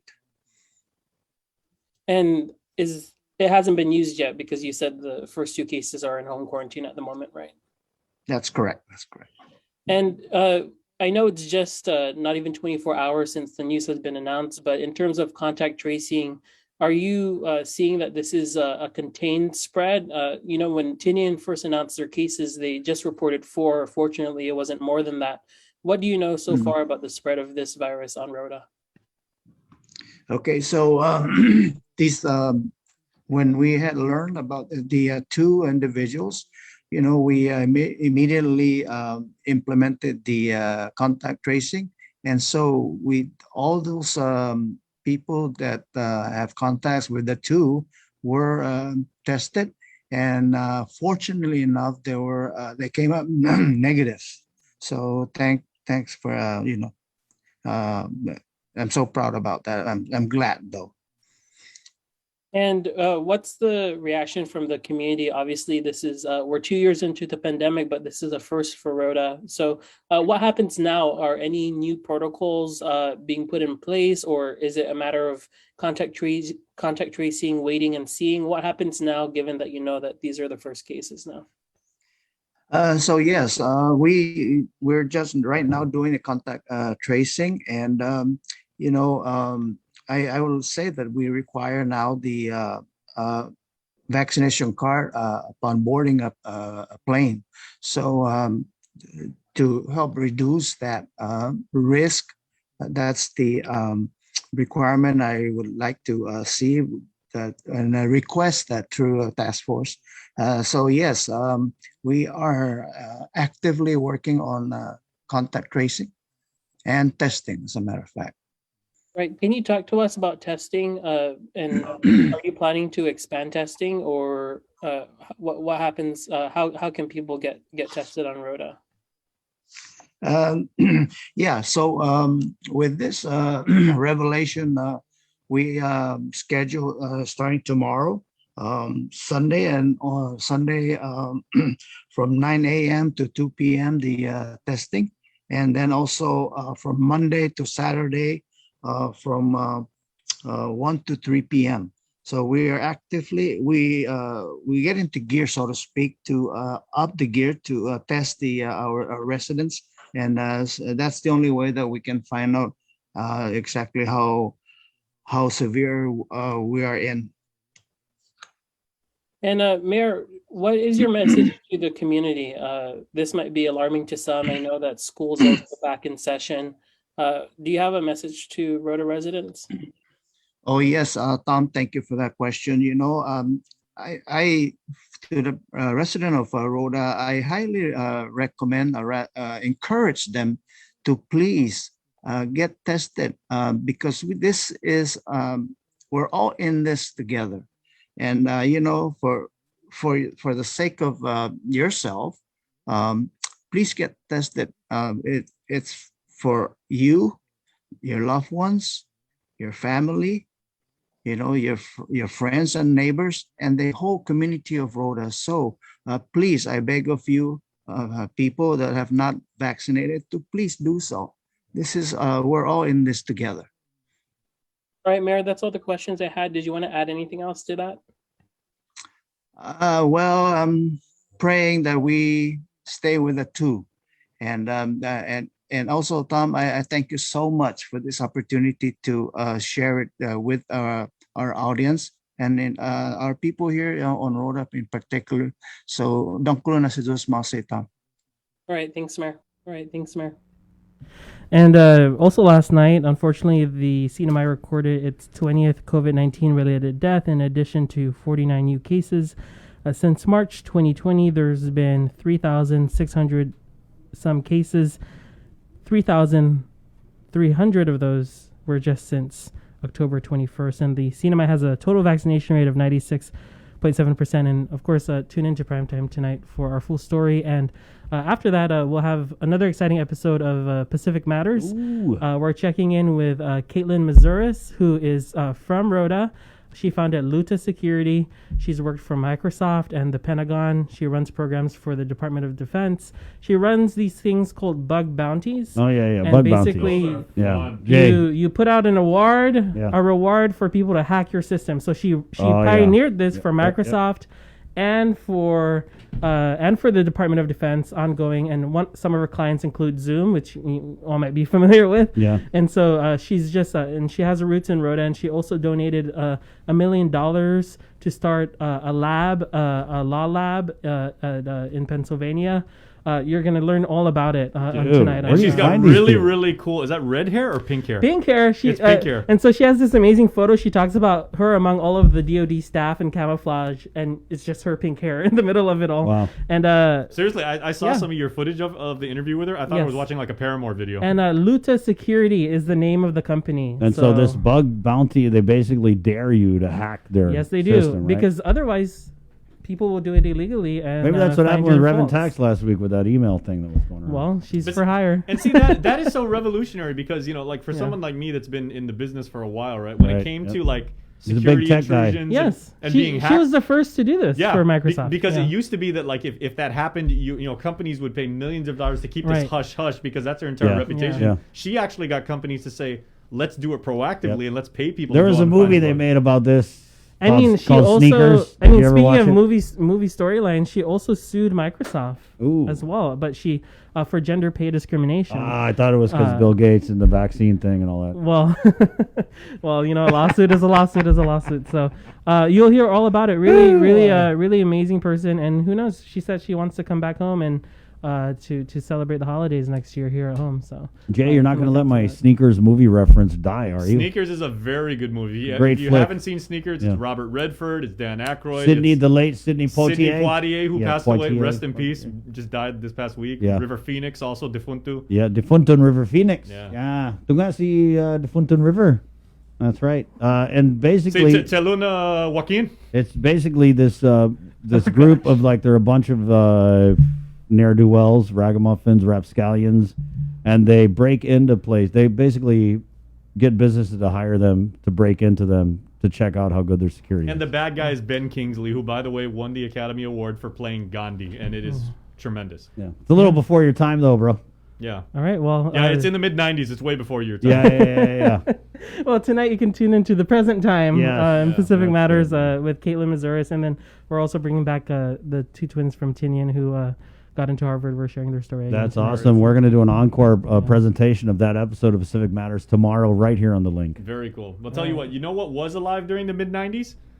Yours truly. And I was at UOG. I was getting my education. I was busting my butt, and I was becoming a very, very proud Triton. So let's go straight to our next interview where we are talking about that very topic. We have our good friend and a cousin of mine, I would say, and I know one of the most passionate, ardent alumni of Georgia Tech University. So a member of the Ramblin' Wreck is in the house right now. Dean of Enrollment, Lawrence Camacho, and Miss Cameron Flores, who is the director of... Cammy, what's your title again? I know you're a director. I want to make sure I get this right.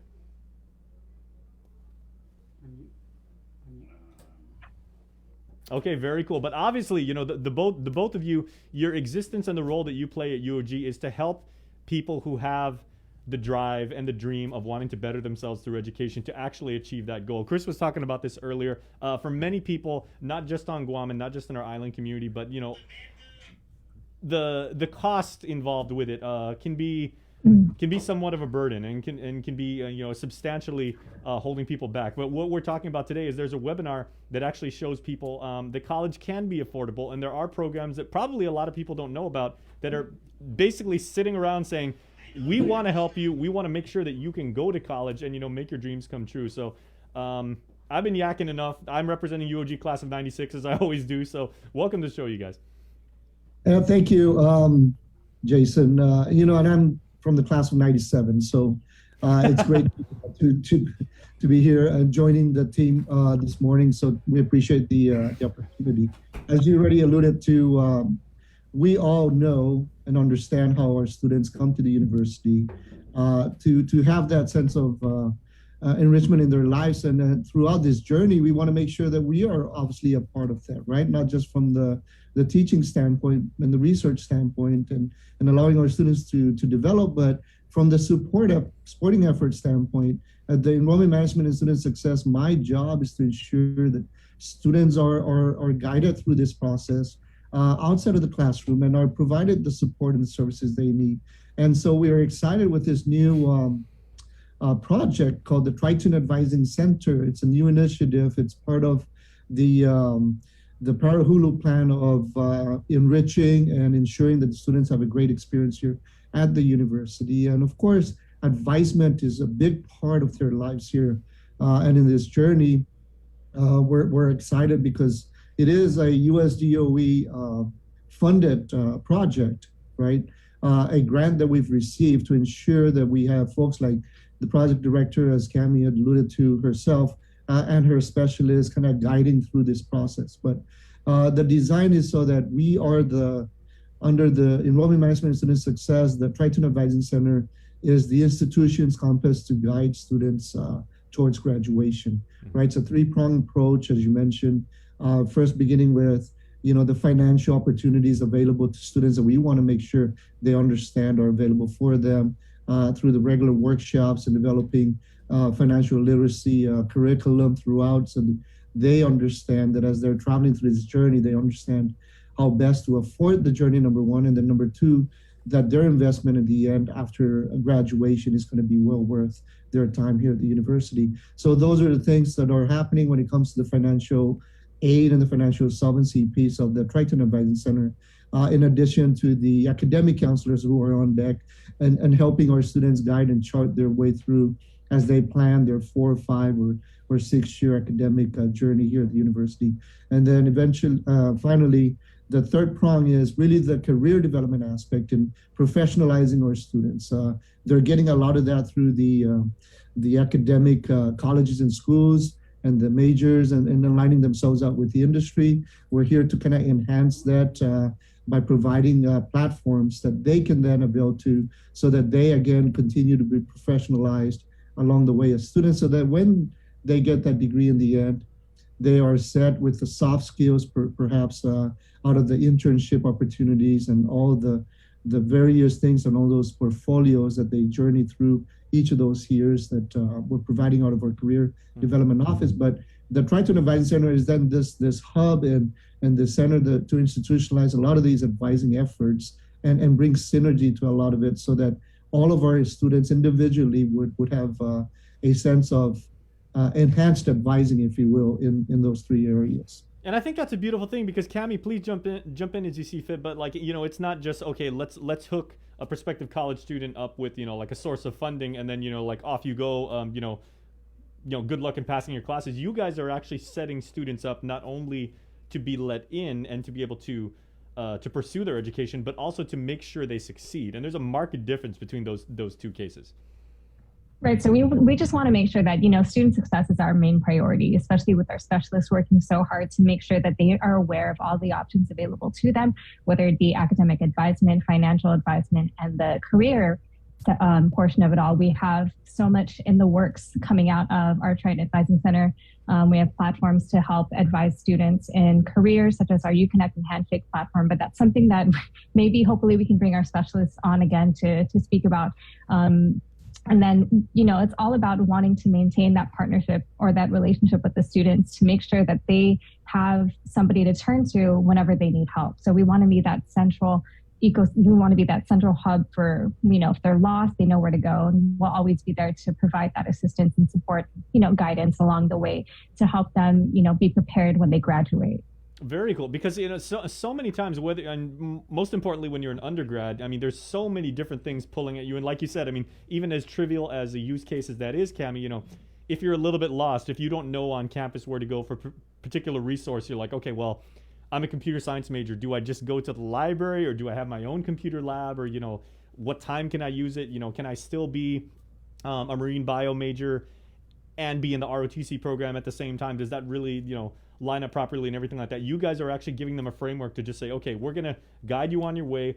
All you got to do is study and put in the work. Oh, yes, for sure. So, I mean, as you mentioned, students like undergrad, we come in, we're fresh out of high school, we don't know where to go, who to talk to, what's our next step. So, the Training Advising Center, we're the ones who are going to be there to provide that, support and information to them, because a lot of the times our students don't really know their options. They don't know what resources we have available to them. And so that's our priority, is to push that out there and make them aware of everything that we have to offer, so that they know that they're not alone, and every student matters to us. So we just want to make sure that they're having their options available to them. Okay, and I'm sure all of this information and so much more is going to be covered in the webinar that's coming up. In the financial aspect mostly. We're still working on all of the career and the student advisement, but our main priority for this webinar is to provide the financial information to the students, like how to set up a FAFSA or FSA ID and, go through the whole process. Because sometimes it could be kind of difficult for students to fill out those forms and, having to wait for word on how to get their loan or accepting their awards. So that's something that we're trying to provide to them, so that they know if they're eligible and how to get through all of that, the whole process for financial aid. Yeah, Dean Camacho, I'm sure you've had this particular, this hypothetical conversation with, probably hundreds of students in the times that you've, returned to UOG. But, a student comes to you and just says, Dean, I want to go there. I see the value in education. I want to get a better job and, set myself up to be successful and take care of my family. And maybe, I want to unlock the secrets of the universe. I want to be the guy who cures, who cures cancer, who comes up with this amazing way to teach, young people, or, make the next big internet startup and everything like that. I've just got so many hardships on me, maybe I had a death in my family. I couldn't go for, I had to take care of, the family ranch or something like that. So when they come to you with these different stories, what are those conversations like, and what do you say to them to not only show them what resources are available to them directly, but then kind of indirectly also motivate them and say, you can still do this. These opportunities are available to you whenever you want. Yeah, and that's the reason why we designed something like the Triton Advising Center as a project, right? So we're looking at the holistic ecosystem of support that is available throughout the campus community here. And it becomes a centralized hub for students to get to.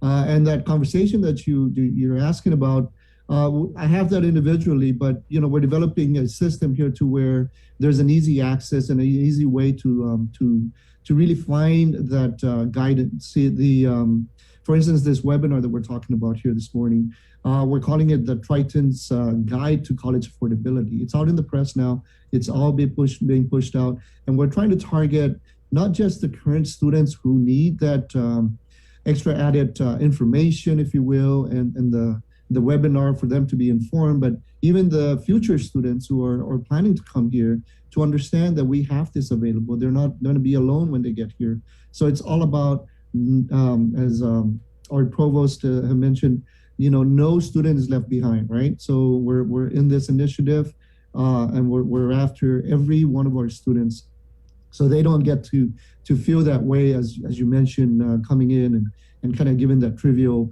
okay, I really want to be the rocket scientist, but I just don't know how to get there. Yes, you could, and through these things that we're allowing ourselves to kind of expose to the students in a bigger way, I think is going to be a great thing. So the webinar is a 4-part series, starting on January 12th, 13th, 14th, and then on the 18th, right? So January 12th Cami had alluded to is financial aid overview, right? Talking about the different types of financial aid, setting up a tuition payment plan, if you will, and much more on that particular day. And then on the second day is really filling out the FAFSA form and understanding the intricacies and the frequently asked questions through the financial aid office so that students can be successful and not be intimidated with that big application process, if you will. And then 14th is scholarship information. So again, we're going to come back on the 14th and have the students understand all the available scholarships, the available opportunities for employment here on campus, and even internship opportunities that are going to be paid for. And then on the 18th is really the money management for adults is what we're calling that particular session. But it is really on learning on the financial solvency and learning how to stretch that dollar, and really to showcase to the students that when you do stay the course and you eventually graduate, your efforts and your investment now is going to be well worth it in the future. All right. So, Cami, is there any place that people need to know where to go, where to register, or is there a website they can go to? Do they have to register, or can they just tune in? Yes, they can register. We actually have a flyer out, and on that's a QR code, but you can find the information also on our TAC website. If you go to ulg.edu, just type in Triton Advising Center in the search bar, and it would be there. We've actually sent out a lot of our, the flyers to GDOE, the counselors, our ULG Trio program, Upward Bound, and ETS students. We're working to get out the word, to the community. So hopefully we're going to put it on our Instagram story too for KWAVE Okay, News. great. Yes. We want to help you guys as much as we can. Yes, thank you, and I'm sure our current trying students would appreciate that from you, informing them that this is an opportunity for them to absolutely. One of the many benefits of UOG is, plus, can I just say, like, the swag that you guys have got going on? Cami's got like a lovely polo shirt, and Dean, is that a windbreaker or a fleece? Yeah, an actual jacket. Yeah. Okay, very nice. See, membership has its privileges, everybody. You get that really cool thing, and you get to rock that big G. So, guys, thank you so much, and thank you for making this opportunity available to our people. Hey, That's great. Thank you for having us. All right, have a wonderful day.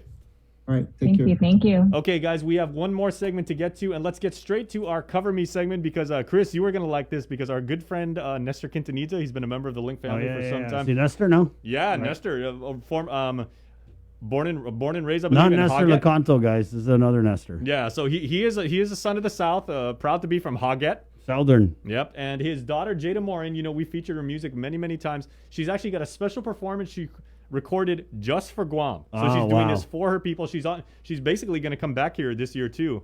Reconnect with her roots and everything. But she is taking on today. She's not just doing any cover song. She's taking on the great Adele. Oh my God. Woo! This is a challenge. Get ready, guys. Yeah. Every time I take on Adele, it never ends well. All right, so here is Jada Morin with her cover of Adele's Rollin' in the Deep. Check this out. Half a day, everyone. It is your girl Jada Marion, and I am here to bring you guys a cover video series. I am so excited to be able to do this for you guys. I have been trying to start this for so long, and just personal blockages, honestly, excuses was the reason I haven't been doing this already. But it's a new year, we got new vibes, and we got new videos. Every Friday, I will be singing a song of my choice or of you guys' choice if I really love it. So feel free to comment below song suggestions that you think would fit my voice or you want to see me take a challenge with. I am so excited to have each and every one of you guys here if I haven't mentioned it before. Make sure you like, comment, and subscribe to stay in tune with your girl. I am going to be singing Rolling in the Deep by Adele. There's a fire starting in my heart, reaching a fever pitch and it's bringing me out the dark. Finally, I can see you crystal clear. Go ahead and sell me out and I'll lay your ship bare. See now, I leave with every piece of you. Don't underestimate the things that I will do. There's a fire starting in my heart, reaching a fever pitch and it's bringing me out the dark. The scars of your love reminds me of us. It keeps me thinking that we almost had it all. The scars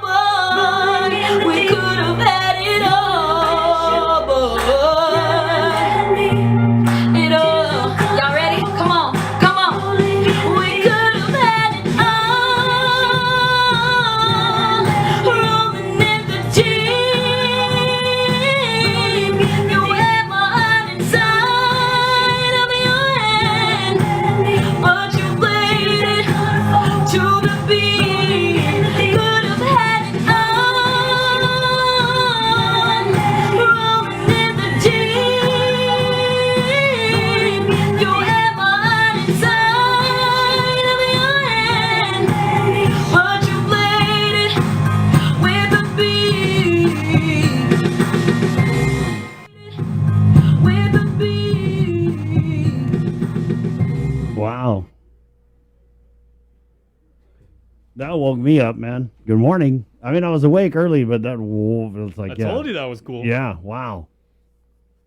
Makes you want to sing that song, but unfortunately, we don't do it. I could not sing like that. Not me either. I would not be brave enough to even think about taking on Adele. It's sponsored by Burger King, guys, in Docomo Pacific. And you know what's cool about Burger King sponsoring that on a Monday? They want to thank you today. Yes. You. They want to thank you. The hits keep on coming. Yeah. They want to thank you for driving through. Drive-through Mondays. Every 10th car gets a free Whopper. Yep. You like to gamble, guys? There's something. Pay 10th car. Maybe bring 9 of your friends. You know what I mean? Get them to line up in front of you. There you go. It's also back to BK Italian Original Chicken Sandwich. I am really feeling a Whopper today, though, guys. So you know what you can do? What can we do, Jay? Okay. Come on, Jay. I'm pretty sure our good friend Rudy Rodolfo was the general manager, 32 years on the job at Burger King when they first came back in 1989, right? Yeah. I guess technically now it's Can I also just shout out their chicken tenders? They're awesome. Yeah. Why don't we come up with like some system? So Yeah. if you are the 10th person, like you drive it, you may not even know. It's like, oh, you're the 10th one. Here's like a free Whopper. Do something where like you turn on your hazards or, you know, like you flash your lights so everybody else on the line maybe knows, or people like they're driving by. It's like, hey, there's 3 people there. If there's 7 more, I could get a free Whopper. Right on.